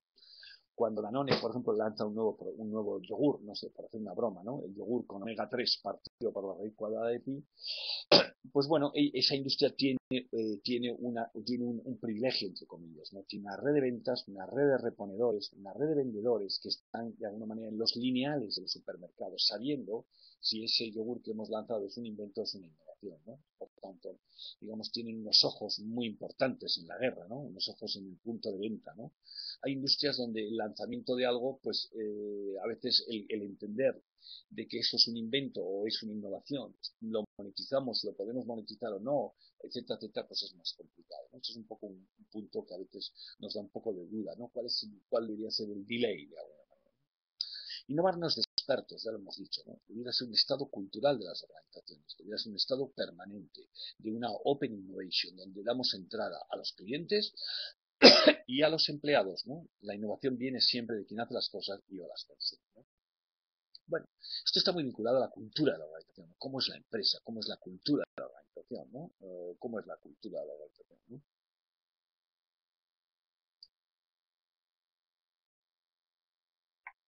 Hay básicamente dos tipos, ¿no? Digamos, dos grandes tipos de culturas, ¿no? Dos grandes tipos de organizaciones, ¿no? En relación con el tema de la innovación, ¿no? Hay a veces una organización, ¿no? Una organización que tiene en la que fundamentalmente, bueno, intenta desarrollarlo dentro de casa, ¿no? Dentro de la propia organización, ¿no? Siempre apalancándose, como hemos dicho, en los clientes y en los empleados, pero desarrollándola dentro de casa, ¿no?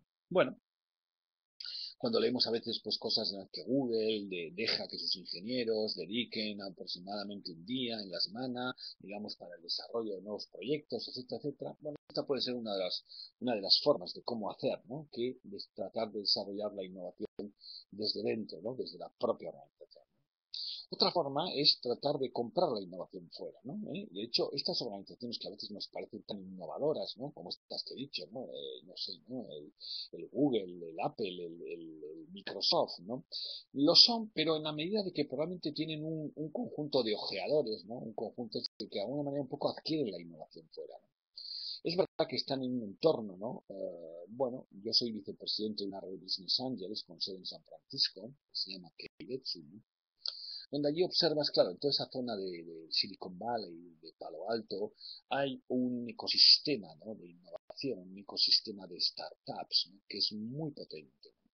Entonces, claro, una forma de interpretar la innovación por parte de estas organizaciones es tener como una especie, como decimos, de equipo de ojeadores, ¿no? De personas que se fijan, que ven, que observan estas startups y que a veces las compran, ¿no? Bueno, porque al final, pues yo no sé, se ha comprado Google, ha comprado YouTube, y se ha comprado WhatsApp, se ha comprado Instagram, se han comprado, es decir, prácticamente, por tanto, ¿no? Es decir, es otra forma, ¿no? No son desarrollos internos de la organización, ¿no?, sino que son, digamos, adquisiciones en ese ecosistema que al mismo tiempo desarrolla ese grupo de startups que nacen, que crecen y que se acaban de alguna manera vendiendo o comprando por parte de estos líderes, ¿no? Bueno, es otra forma, ¿no?, de interpretar la innovación, no necesariamente, digamos, de desarrollo desde dentro, ¿no? Lo que sí en ambos casos, ¿no?, sea un modelo de una innovación muy de desarrollo desde dentro, ¿no?, o de compra, de adquisiciones, ¿no?, sí que requiere, como decimos, un nivel de liderazgo, un nivel cultural determinado. Bueno, para terminar un poco esta charla, os voy a hablar un poquito de los métodos de innovación, ¿no? Aunque lo voy a pasar por encima, os voy a recomendar un libro muy interesante, ¿no? De un autor español que se llama Alfonso Cornellá, que escribe aquí, ¿no? El libro se llama La alquimia de la innovación, de Alfonso Cornellá. Bueno, este es un libro muy interesante, ¿no?, que habla de estos métodos de innovación que yo ahora voy a citar, ¿no?, cuáles serían un poco los métodos de innovación, ¿no? Es un libro muy interesante, no es un libro de programación informática, no es un libro de lenguajes, es un libro de cómo tratar de entender la innovación desde el ámbito de los negocios, ¿no?, del modelo de negocio, ¿no? Y describe los métodos de innovación que voy ahora fundamentalmente a citar. Es un libro relativamente reciente, de hace 2 o 3 años, ¿no?, pero creo que muy interesante, ¿no? Es un libro muy extenso, pero un libro que está muy bien escrito. Bueno, el primer método de innovación que describe lo que se llama el método hibridante, el método de los dipolos, ¿no? Se llama el método hibridante, el método de los dipolos, etcétera, ¿no? Bueno, este es un método que se utiliza mucho en innovación, por ejemplo, ¿no? Por ejemplo, el caso del Circo del Sol, por ejemplo, ¿no? Cirque du Soleil, ¿no?, es uno de estos métodos, un dipolo. Ahí aparecen algunos ejemplos, por ejemplo, del sector financiero, ¿no? ¿Qué significa? El método hibridante, el método de los dipolos, es de alguna manera qué cosas traigo de una industria, ¿no?, y qué cosas minimizo de esa industria, ¿no? Qué cosas traigo de otras industrias y qué cosas minimizo de la mía, ¿no? Por ejemplo, el Circo del Sol, ¿no? El Circo del Sol es un método de innovación de ese tipo de los dipolos porque proviene de un negocio tradicional como era el circo, en la que hemos minimizado, hemos eliminado, por ejemplo, ¿no?, los animales, ¿no?, y hemos traído de otras industrias, ¿no?, de la industria del music hall, de la industria de la ópera, de la industria de los grandes teatros de Broadway, ¿no?, hemos traído una extraordinaria música, un extraordinario vestuario, una puesta en escena, una especie de hilo conductor, ¿no? Entonces, de algunas cosas traemos de otras industrias y algunas cosas minimizamos, ¿no? Por tanto, el Circo del Sol, ¿no? Un poco en broma, un amigo mío dice, por ejemplo, que no sé, un Hammer es un dipolo, ¿no?, entre un coche y un tanque, ¿no? Y un tanque, ¿no? O la famosa C5 de BMW, ¿no?, que es un dipolo entre un coche y una moto, ¿no? De alguna manera, ¿no? El método de los dipolos, ¿no?, el método hibridante, el método de alguna manera, por tanto, de en la industria eliminar determinados elementos, ¿no?, y traer otros de otras industrias, ¿no? Se utiliza muchísimo. Aquí tenemos, por ejemplo, algunos, por ejemplo, una tarjeta revolving, ¿no? La tarjeta revolving, por ejemplo, el sector financiero es un dipolo entre un crédito consumo, ¿no?, y un instrumento de pago, ¿no? Por ejemplo, de forma que la propia tarjeta permite precisamente hacer de instrumento de pago, ¿no?, y al mismo tiempo sirve también como un crédito consumo que lleva el cliente.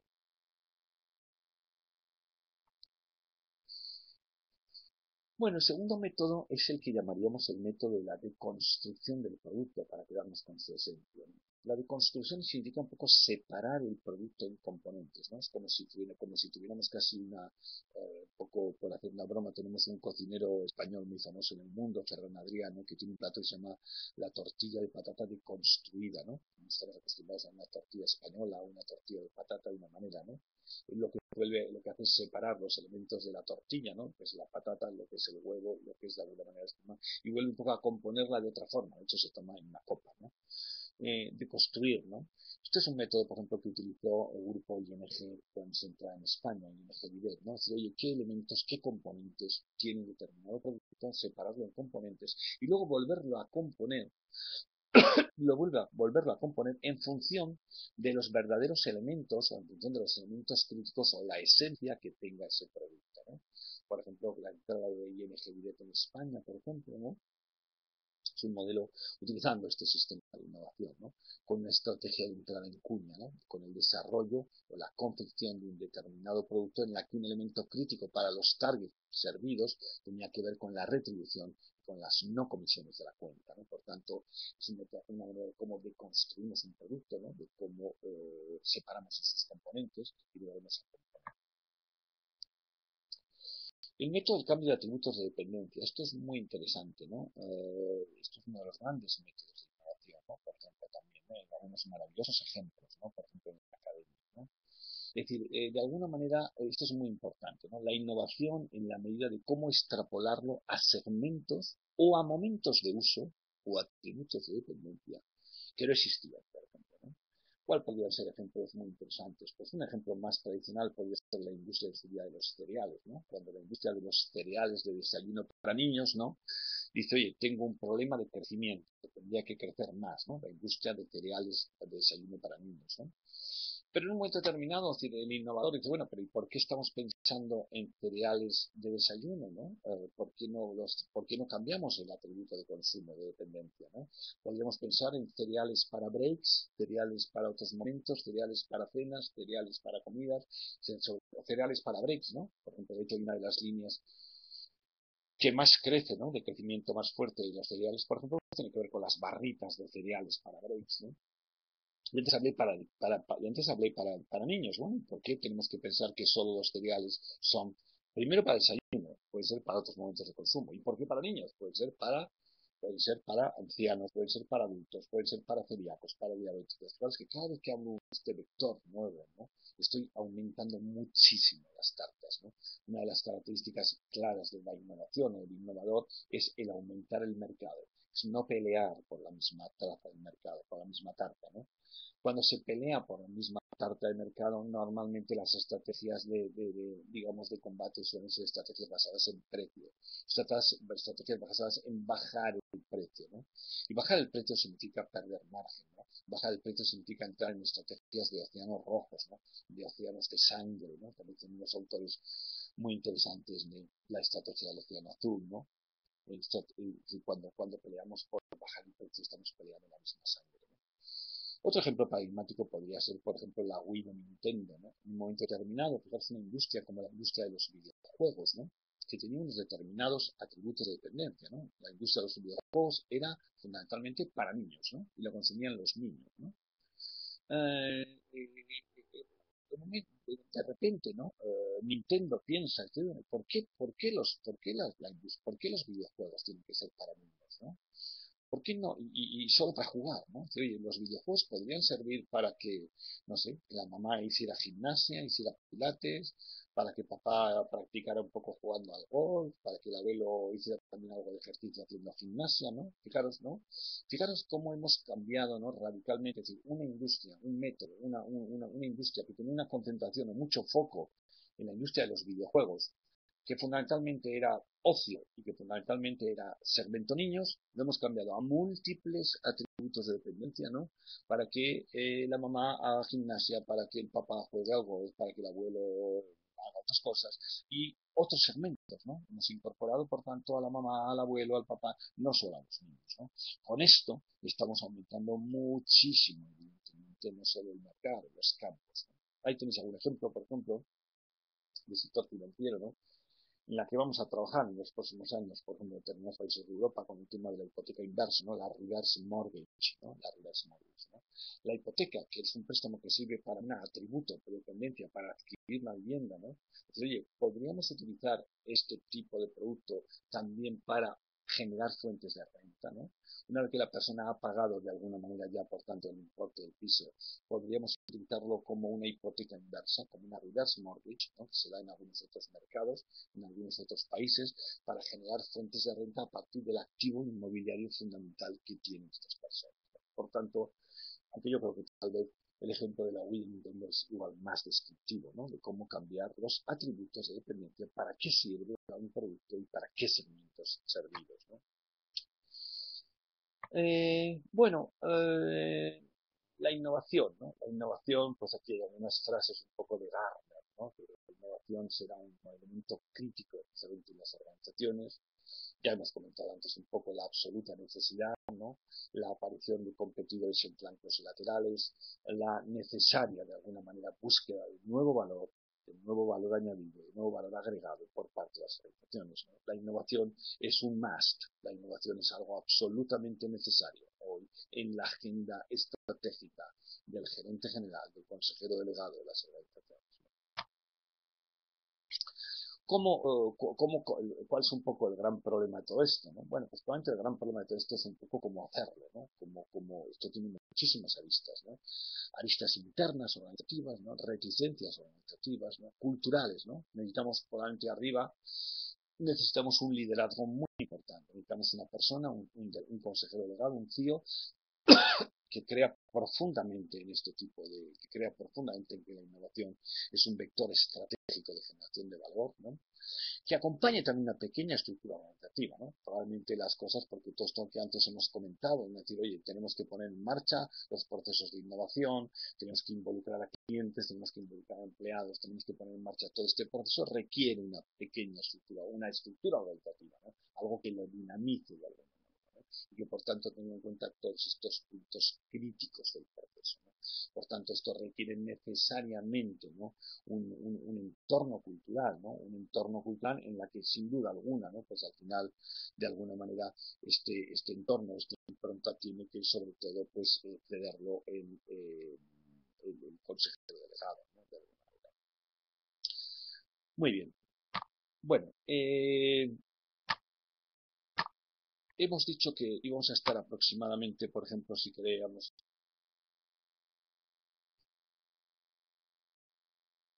Esto nos da un poquito esta conferencia que hemos utilizado 1 hora y 10 minutos aproximadamente, ¿no? Como unos puntos, ¿no? Como unos bullets un poco de entorno, ¿no? De alguna manera de cómo introducir un entorno sobre algunas ideas, ¿no? Algunas cosas sobre las que creemos y no creemos sobre la innovación, ¿no? Bueno, yo creo que esto podría ser nuestro punto de partida para iniciar ahora un debate, ¿no? Si queréis, ¿no? Pues no sé, media horita o así aproximadamente, ¿no? Sobre elementos o ideas o, bueno, algo ya mucho más abierto, bueno, cualquier sugerencia o idea, totalmente libre, ¿no? En sentido libre, si queréis un poco, nos habían pedido en la organización que hiciéramos esta primera grabación, ¿no? Para grabar de alguna manera la charla, la conferencia, pero ahora ya el tema es totalmente libre, ¿no? Decía Vania Ley antes, ¿no? Efectivamente, ¿no? La innovación sale en la producción, pero también en los procesos de expansión de negocio, en el momento de entrar en nuevos canales o mercados, sin duda alguna, ¿no? La innovación, como decíamos, no es solamente product oriented de producto, ¿no? Sino que tenía este vector vertical, ¿no? Que tiene que ver con modos de gestión. Y dentro de los modos de gestión, pues qué mejor modos de gestión como introducir nuevos canales, ¿no? O introducir posiblemente nuevos mercados que tienen que tener la componente o bien de segmento, nuevos segmentos o incluso nuevos mercados internacionales, ¿no? Sin duda alguna, ¿no? Muy bien. Pues queréis comentar alguna cosita más o preguntar algo o hacer algún comentario, no sé, cualquier cosita que queráis. O sea, un poco, yo creo que ahora ya podríamos abrir un debate totalmente abierto, ¿no? Donde os pediría que participáramos, si queréis, durante esta media horita de la forma más libre posible.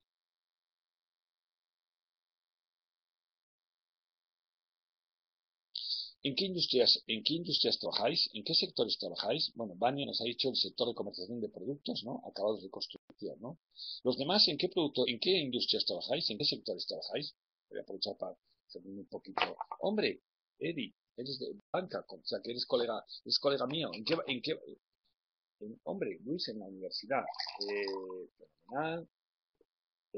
Janet entra Crisia en investigación de mercados, hombre, qué interesante, ¿no? Hombre, Janet en industria alimentaria, ¿no? Robert también en el sector de alimentos, comercio Mar en comercio, industria y servicios, y TIC y Luis TIC enfoco en las telecomunicaciones, ¿no? Eh, ¿Cómo vivís? Hombre, Banco Popular, Banca de Desarrollo, que es un banco de allí, ¿no? Es un banco de allí de Costa Rica. Pero es un banco privado, ¿no, Edi? ¿Banco privado?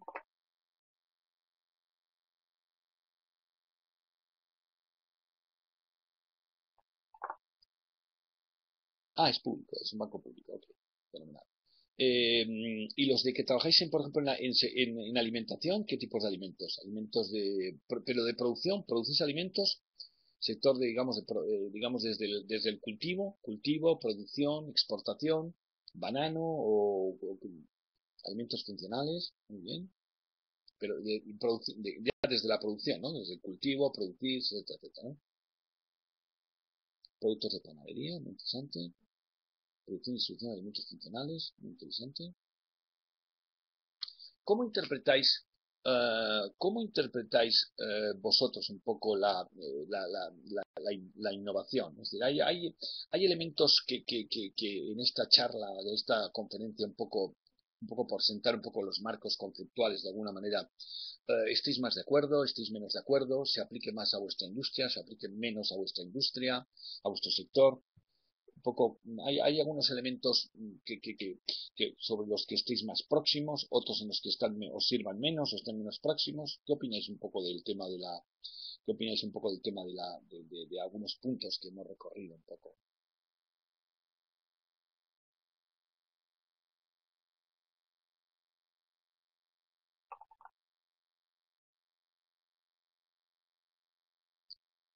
Sí,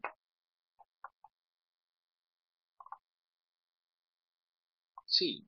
Bueno, Luis, hombre, decía un poco,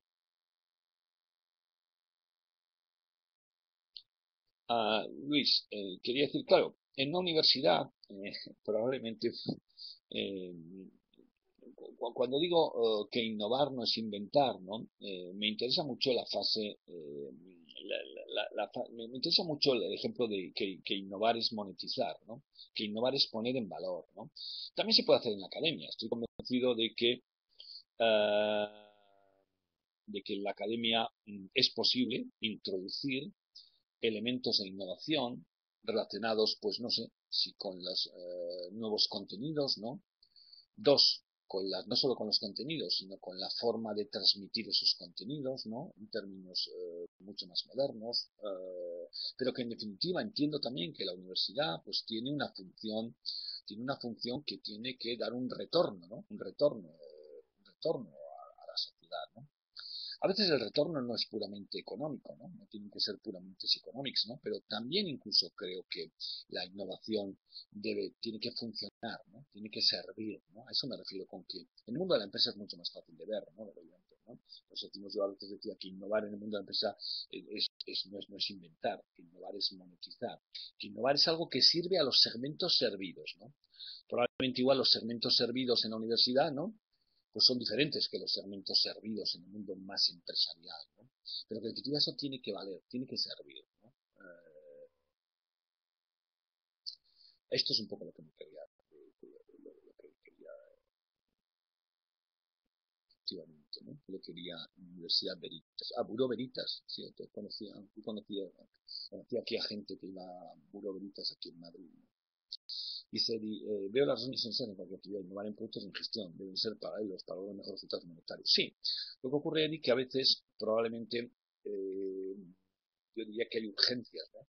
Probablemente hay organizaciones, hay industrias, hay empresas donde el concepto de innovación en producto, ¿no? Bueno, es menos urgente, ¿no? Porque la organización, por lo tanto, o la empresa, el sector en el que estoy, no es tan product oriented, ¿no? Ojalá, fuéramos capaces de hacer ambas cosas, ¿no?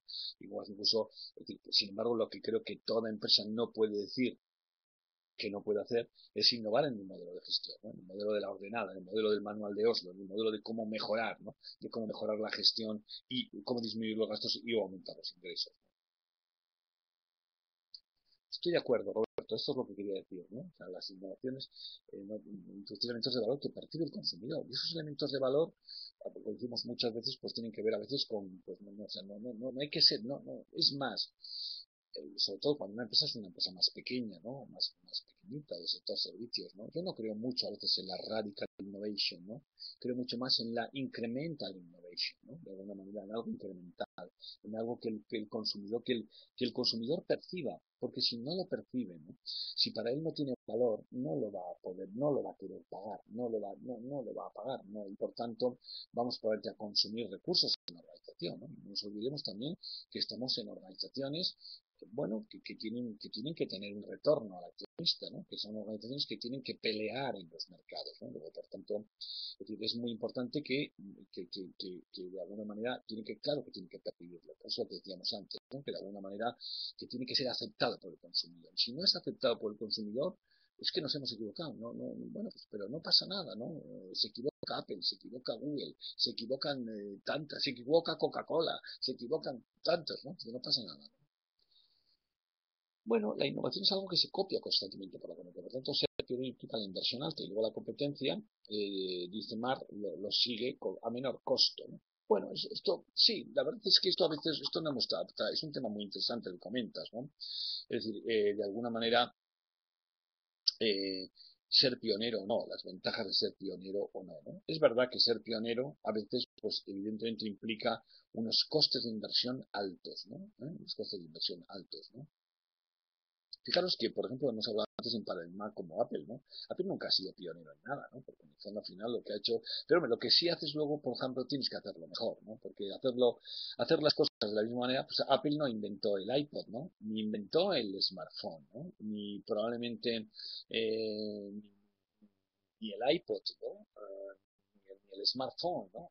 Ni probablemente la tableta, ¿no? Que ya había lanzado en su día, la tableta ya la había lanzado en su día HP, ¿no? Así que probablemente el timing y el modelo y el momento, que probablemente las cosas hay que hacerlas, o sea, probablemente, por ese sentido sí que podríamos decir casi que Apple no es un radical innovator, ¿no? Es alguien que ha copiado, entre comillas, o que ha adaptado, ¿no? De otra forma mejor, ¿no? Incremental, ¿no? Estamos hablando de tendencias, dice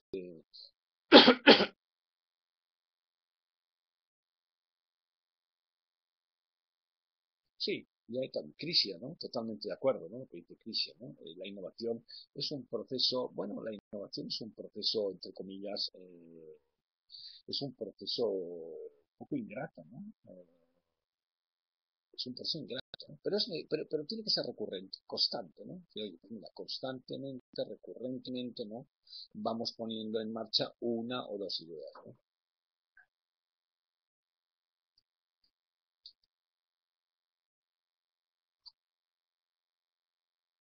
Dice Bania, es complejo porque la empresa diseña para ingresar a un nuevo canal, pero el cliente siempre va a comparar con la competencia, lo que implica que debemos darle el mejor punto de vista competitivo a una compañía para que siempre haber visto que el cliente tiene poner una guerra de precios que puede llevar a la quiebra de la empresa, por lo que solamente se innovar la recuperar con el cliente. Totalmente de acuerdo, ¿no? Mara, perdón. Castro es Mara, perdón, pensé que era María. Eh, Mara, María es María, perfecto. María, sí, lo que dice Vania también es cierto, ¿no? Hombre, está claro que a veces, lógicamente, eh, lógicamente cuando uno introduce un proceso de innovación, en la medida que la empresa no se encuentra aislada, ¿no? Las empresas tienen sus mecanismos de gestión de la información, ¿no? Por tanto, dentro de ese mecanismo de gestión de la información tiene el mecanismo de gestión de análisis de la competencia, ¿no? Por tanto, hemos analizado evidentemente toda nuestra competencia, ¿no? Dentro de ese proceso de innovación incremental, que yo creo que tiene menos riesgo, ¿no? Que por lo menos, ¿no? Yo creo que una innovación incremental tiene menos riesgo. Habrá hecho un análisis de la competencia y por tanto análisis de la competencia significa análisis de su producto, de sus precios, un sistema de observación comercial suficientemente adecuado, evidentemente, ¿no? Aunque, fijaros, a veces decimos, hombre, decimos que yo creo que el precio, que es muy importante que ya cabe, ¿no? Tampoco puede ser el último driver de decisión a veces, ¿no? Cuando uno ve modelos muy exitosos de negocio, ¿no? Antes hablábamos de Apple, ¿no? Por ejemplo, ¿no?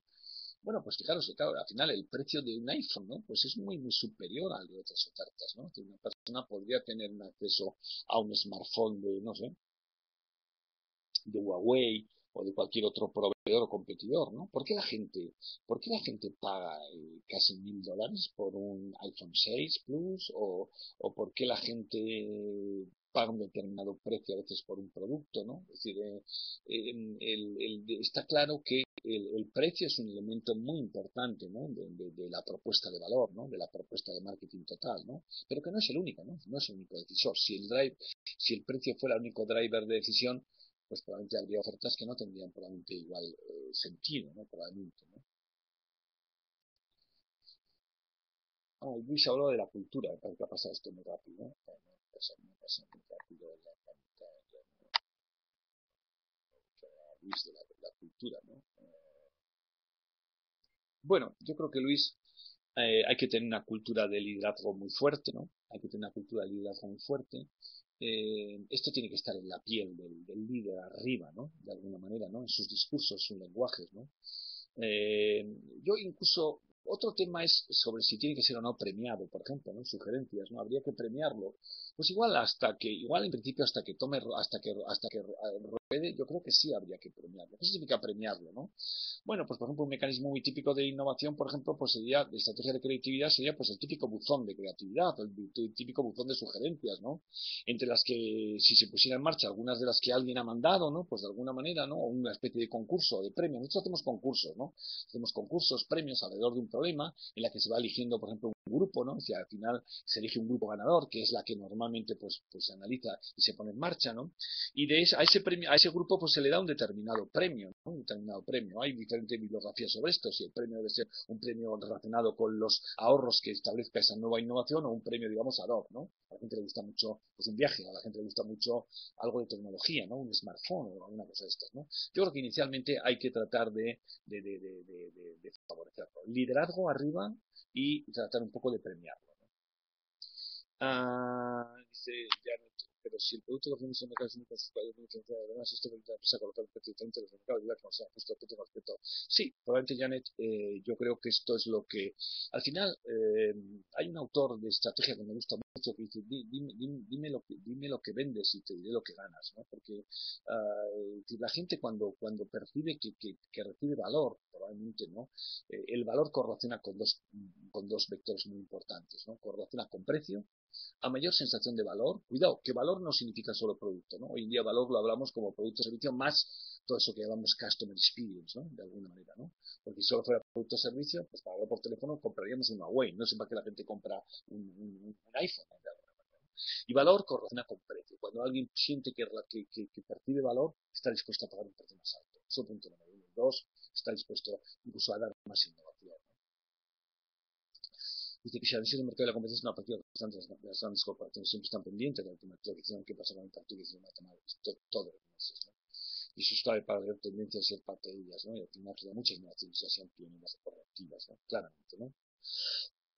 Lógicamente,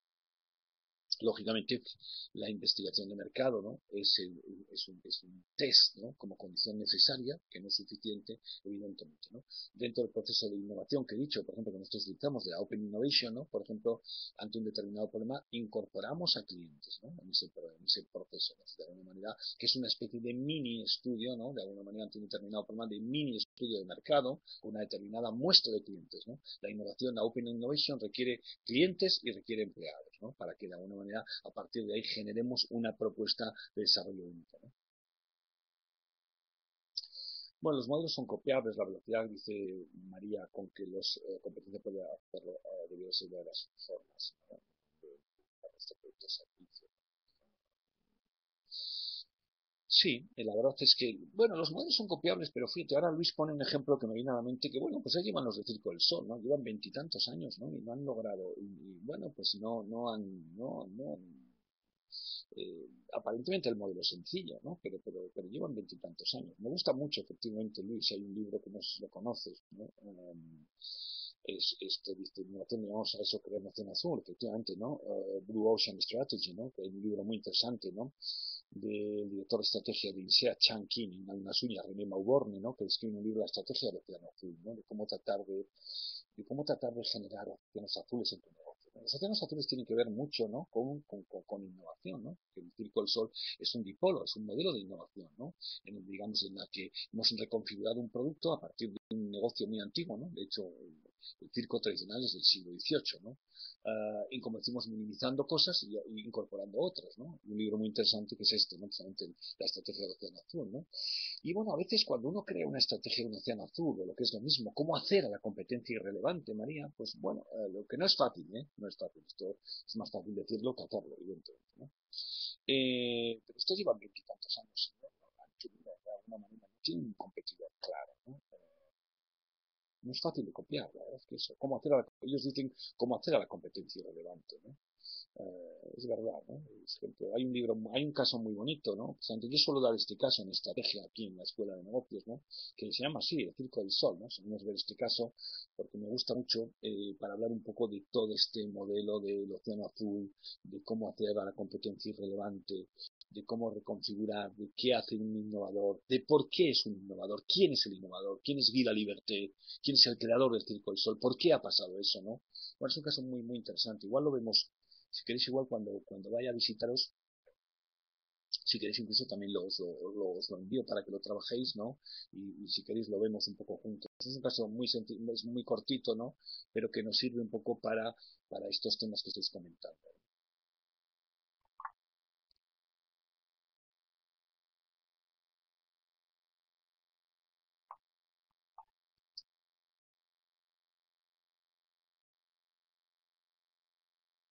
Hay un libro que se llama así, Blue Ocean Strategy en inglés, o está traducido también al castellano, ¿no? La estrategia del océano azul.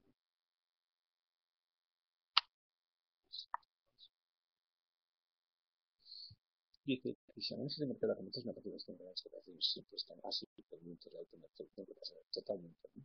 Es verdad. Ah, espera,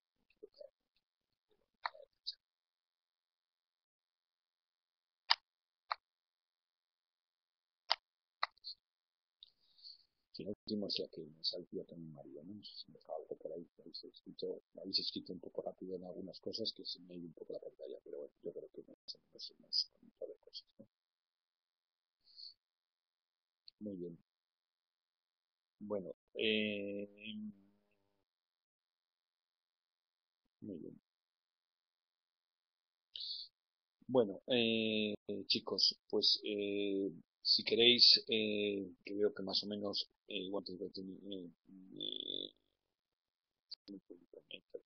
es un satisfactor. Sí, es verdad, ¿no? El de Centroamérica es verdad, ¿no? Público objetivo, ¿no?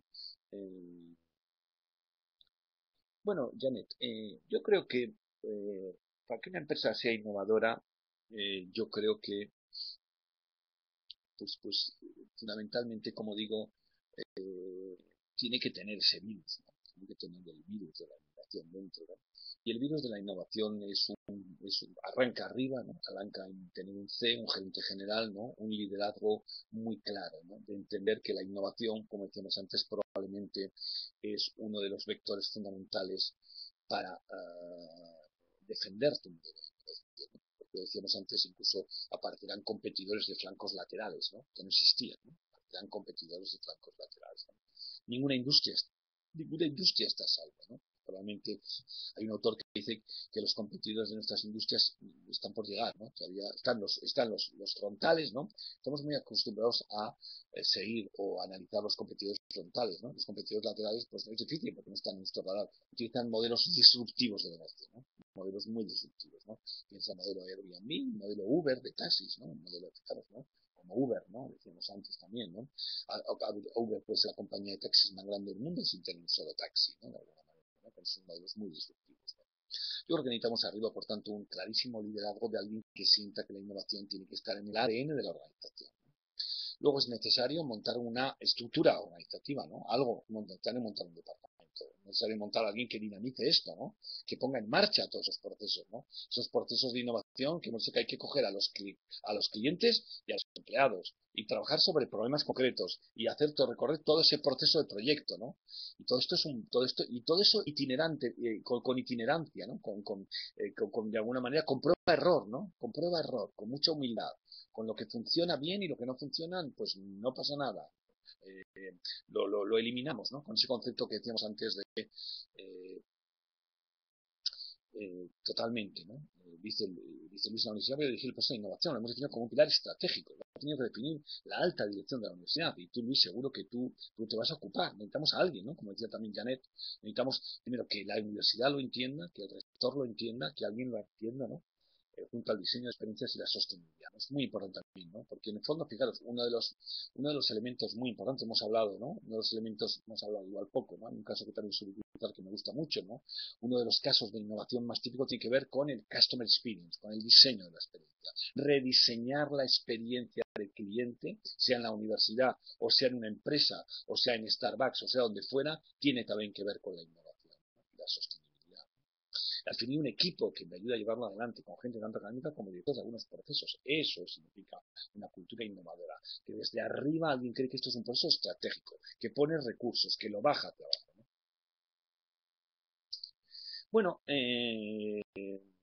Bueno, Janet, es posible, hay que monitorizarlo, ¿no? Hay que monitorizarlo. Con esto hay que tener cuidado también, ¿no? Porque, fijaros, a veces, por ejemplo, ¿no? Cuando hablamos de analytics, ¿no? A veces hay organizaciones que dicen, bueno, uno de los indicadores de la innovación de una empresa es ver, esto además aparece en los estados contables, ¿no? Cuánto tienen contabilizado en I más D, en I más D más I, ¿no? En muchos sistemas contables en el mundo, ¿no? El gasto que se hace en I más D aparece en el activo, ¿no? Esto a veces es una contradicción contable, ¿no? Sobre todo en la industria farmacéutica, en industrias farmacéuticas o en industrias de tal, ¿no? Bueno, un indicador a veces, por ejemplo, de esto es decir, oye, ¿cuál es un indicador de cómo indica una cultura innovadora de una empresa? Es decir, oye, dime el porcentaje de inversión en I más D respecto a revenue, respecto a ventas, ¿no? Pero, bueno, a veces, sin embargo, fíjate que una cosa, que puede ocurrir que una empresa ponga en marcha determinadas mejoras de procesos, de todo lo que llamamos el vector vertical, ¿no? El horizontal de producto, ¿no? Que tiene que ver con modo de proceso, y eso tu sistema contable de ese país no permite contabilizarlo como una I más de más I. Sin embargo, son elementos que van a tener que ver con la mejora de procesos o de producto, ¿no? Luego, por tanto, a veces eso a veces no lo podrías medir de alguna manera, ¿no? Entonces, Janet, pues a veces, por ejemplo, ¿no? Si la empresa es muy producto oriente, es decir, como decía el tío del de Danone, el director general, dice, oye, nuestras ventas han crecido este año el 12%, de las cuales las que hemos lanzado, los productos que hemos lanzado el último año han contribuido al 80%, ¿no? Por ejemplo, digamos, algunas métricas, algunos análisis. Dice Crisia que tiene un clima organizacional orientado al cambio constante, sin duda alguna, ¿no? Eso está muy vinculado con el liderazgo, con arriba, con quién es el consejero delegado, ¿no? Y al estar acostumbrado a tantos cambios, ayuda a estar pensando en lo que viene, efectivamente, ¿no? Cómo adaptarse rápido y sacarle el mayor provecho, ¿no? Es algo que ven mis clientes, hasta en mi propia compañía, eso es muy importante, ¿no? Que de alguna manera una empresa innovadora es una empresa que está constantemente mirando al futuro, ¿no? Que a veces es muy complicado, ¿no? Porque hemos dicho que mucha competencia va a venir de flancos laterales, ¿no? Solemos ver bastante claro, mirar bastante claro a nuestros competidores frontales, a nuestros competidores estándar, por decirlo así, ¿no? Pero como decíamos antes, no sé, ¿no? ¿Quién le va a decir a Kodak, quién le va a decir a la industria de las cámaras que su competidor vendría de la industria de la telefonía, ¿no? Es decir, que ya no compraríamos cámaras porque compramos teléfonos, ¿no? Es curioso, ¿no? O sea, esto realmente, sí, por eso es complicado, ¿no? Claro, por eso, además de tener esos observatorios, pero es muy importante lo que dices, ¿no? Un clima organizacional muy orientado al cambio constante. Y para eso la figura arriba del líder, la figura arriba de la gerente general es muy, muy, muy importante.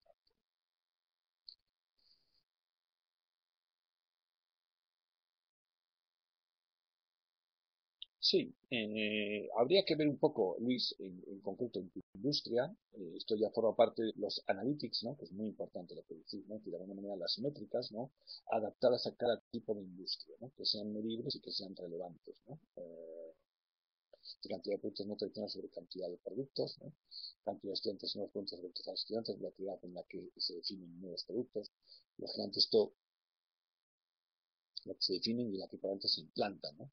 Y la que habría que adaptar un poco a cómo son hoy el portfolio de productos actual y cuál puede ser un poco el portfolio de productos a futuro y establecer algunas métricas de los nuevos. Establecer siempre algunas métricas de los nuevos sobre los actuales siempre es un factor muy importante.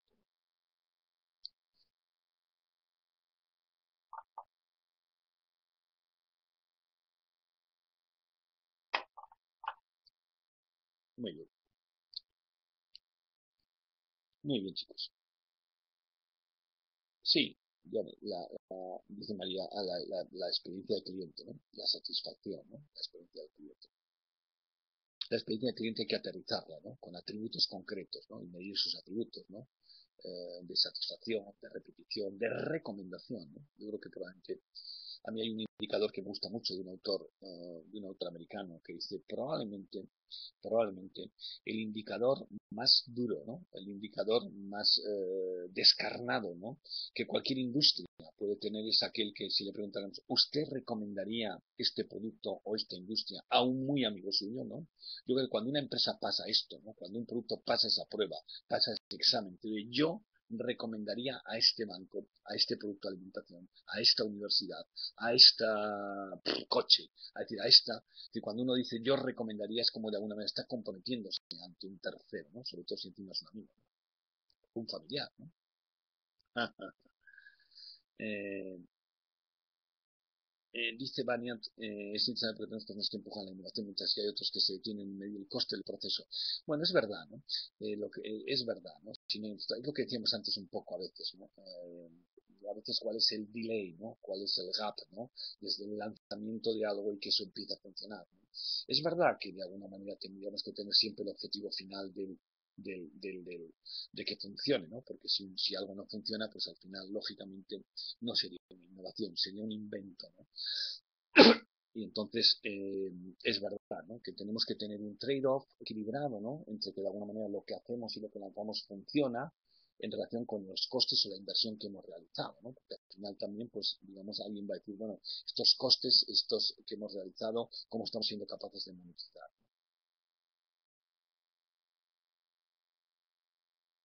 No lo sabemos cuánto tiempo consideramos bueno o malo, ¿no? Por ejemplo, en la industria de alimentación, estos prácticamente los reponedores de yogures en los lineales en menos de un mes saben si un producto es un invento o es una innovación, ¿no? En otras industrias estos tiempos son más, se tarda un poco más, ¿no?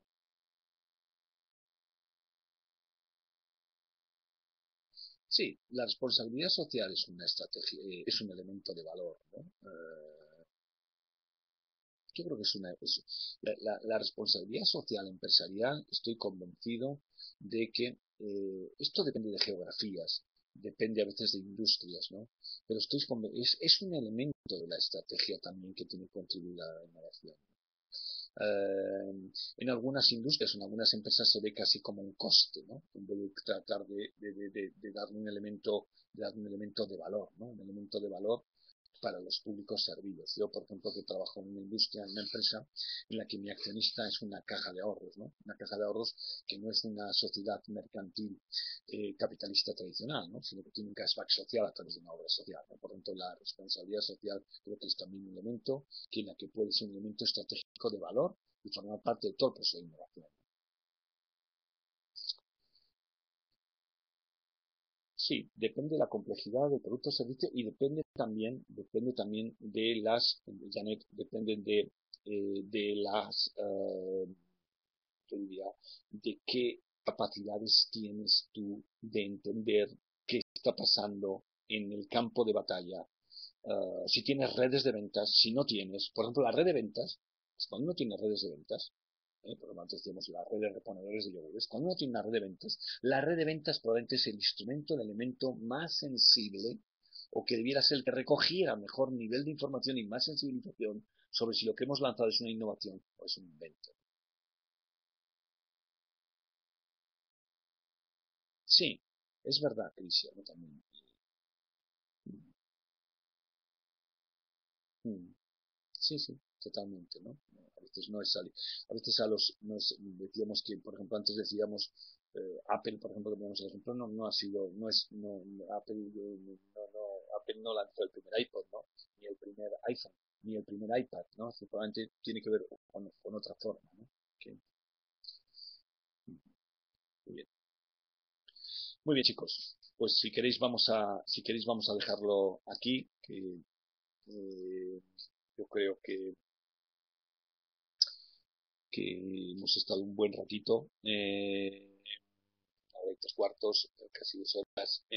Continuaremos, ¿no? Continuaremos tanto por nuestros foros continuaremos por nuestra presencia, ¿no? Que yo me acercaré ahí con vosotros en la tercera semana de septiembre, ¿no? He tenido que retrasar un par de semanitas por un temita de salud de mi esposa, pero pues nada, nos veremos un poquito, vamos, no es, tengo me apetece mucho volver a visitaros, no es la primera vez que voy a San José, ya he estado otras veces, y nada más, os deseo que paséis muy buen día, que paséis muy buenos días y nos volveremos a ver.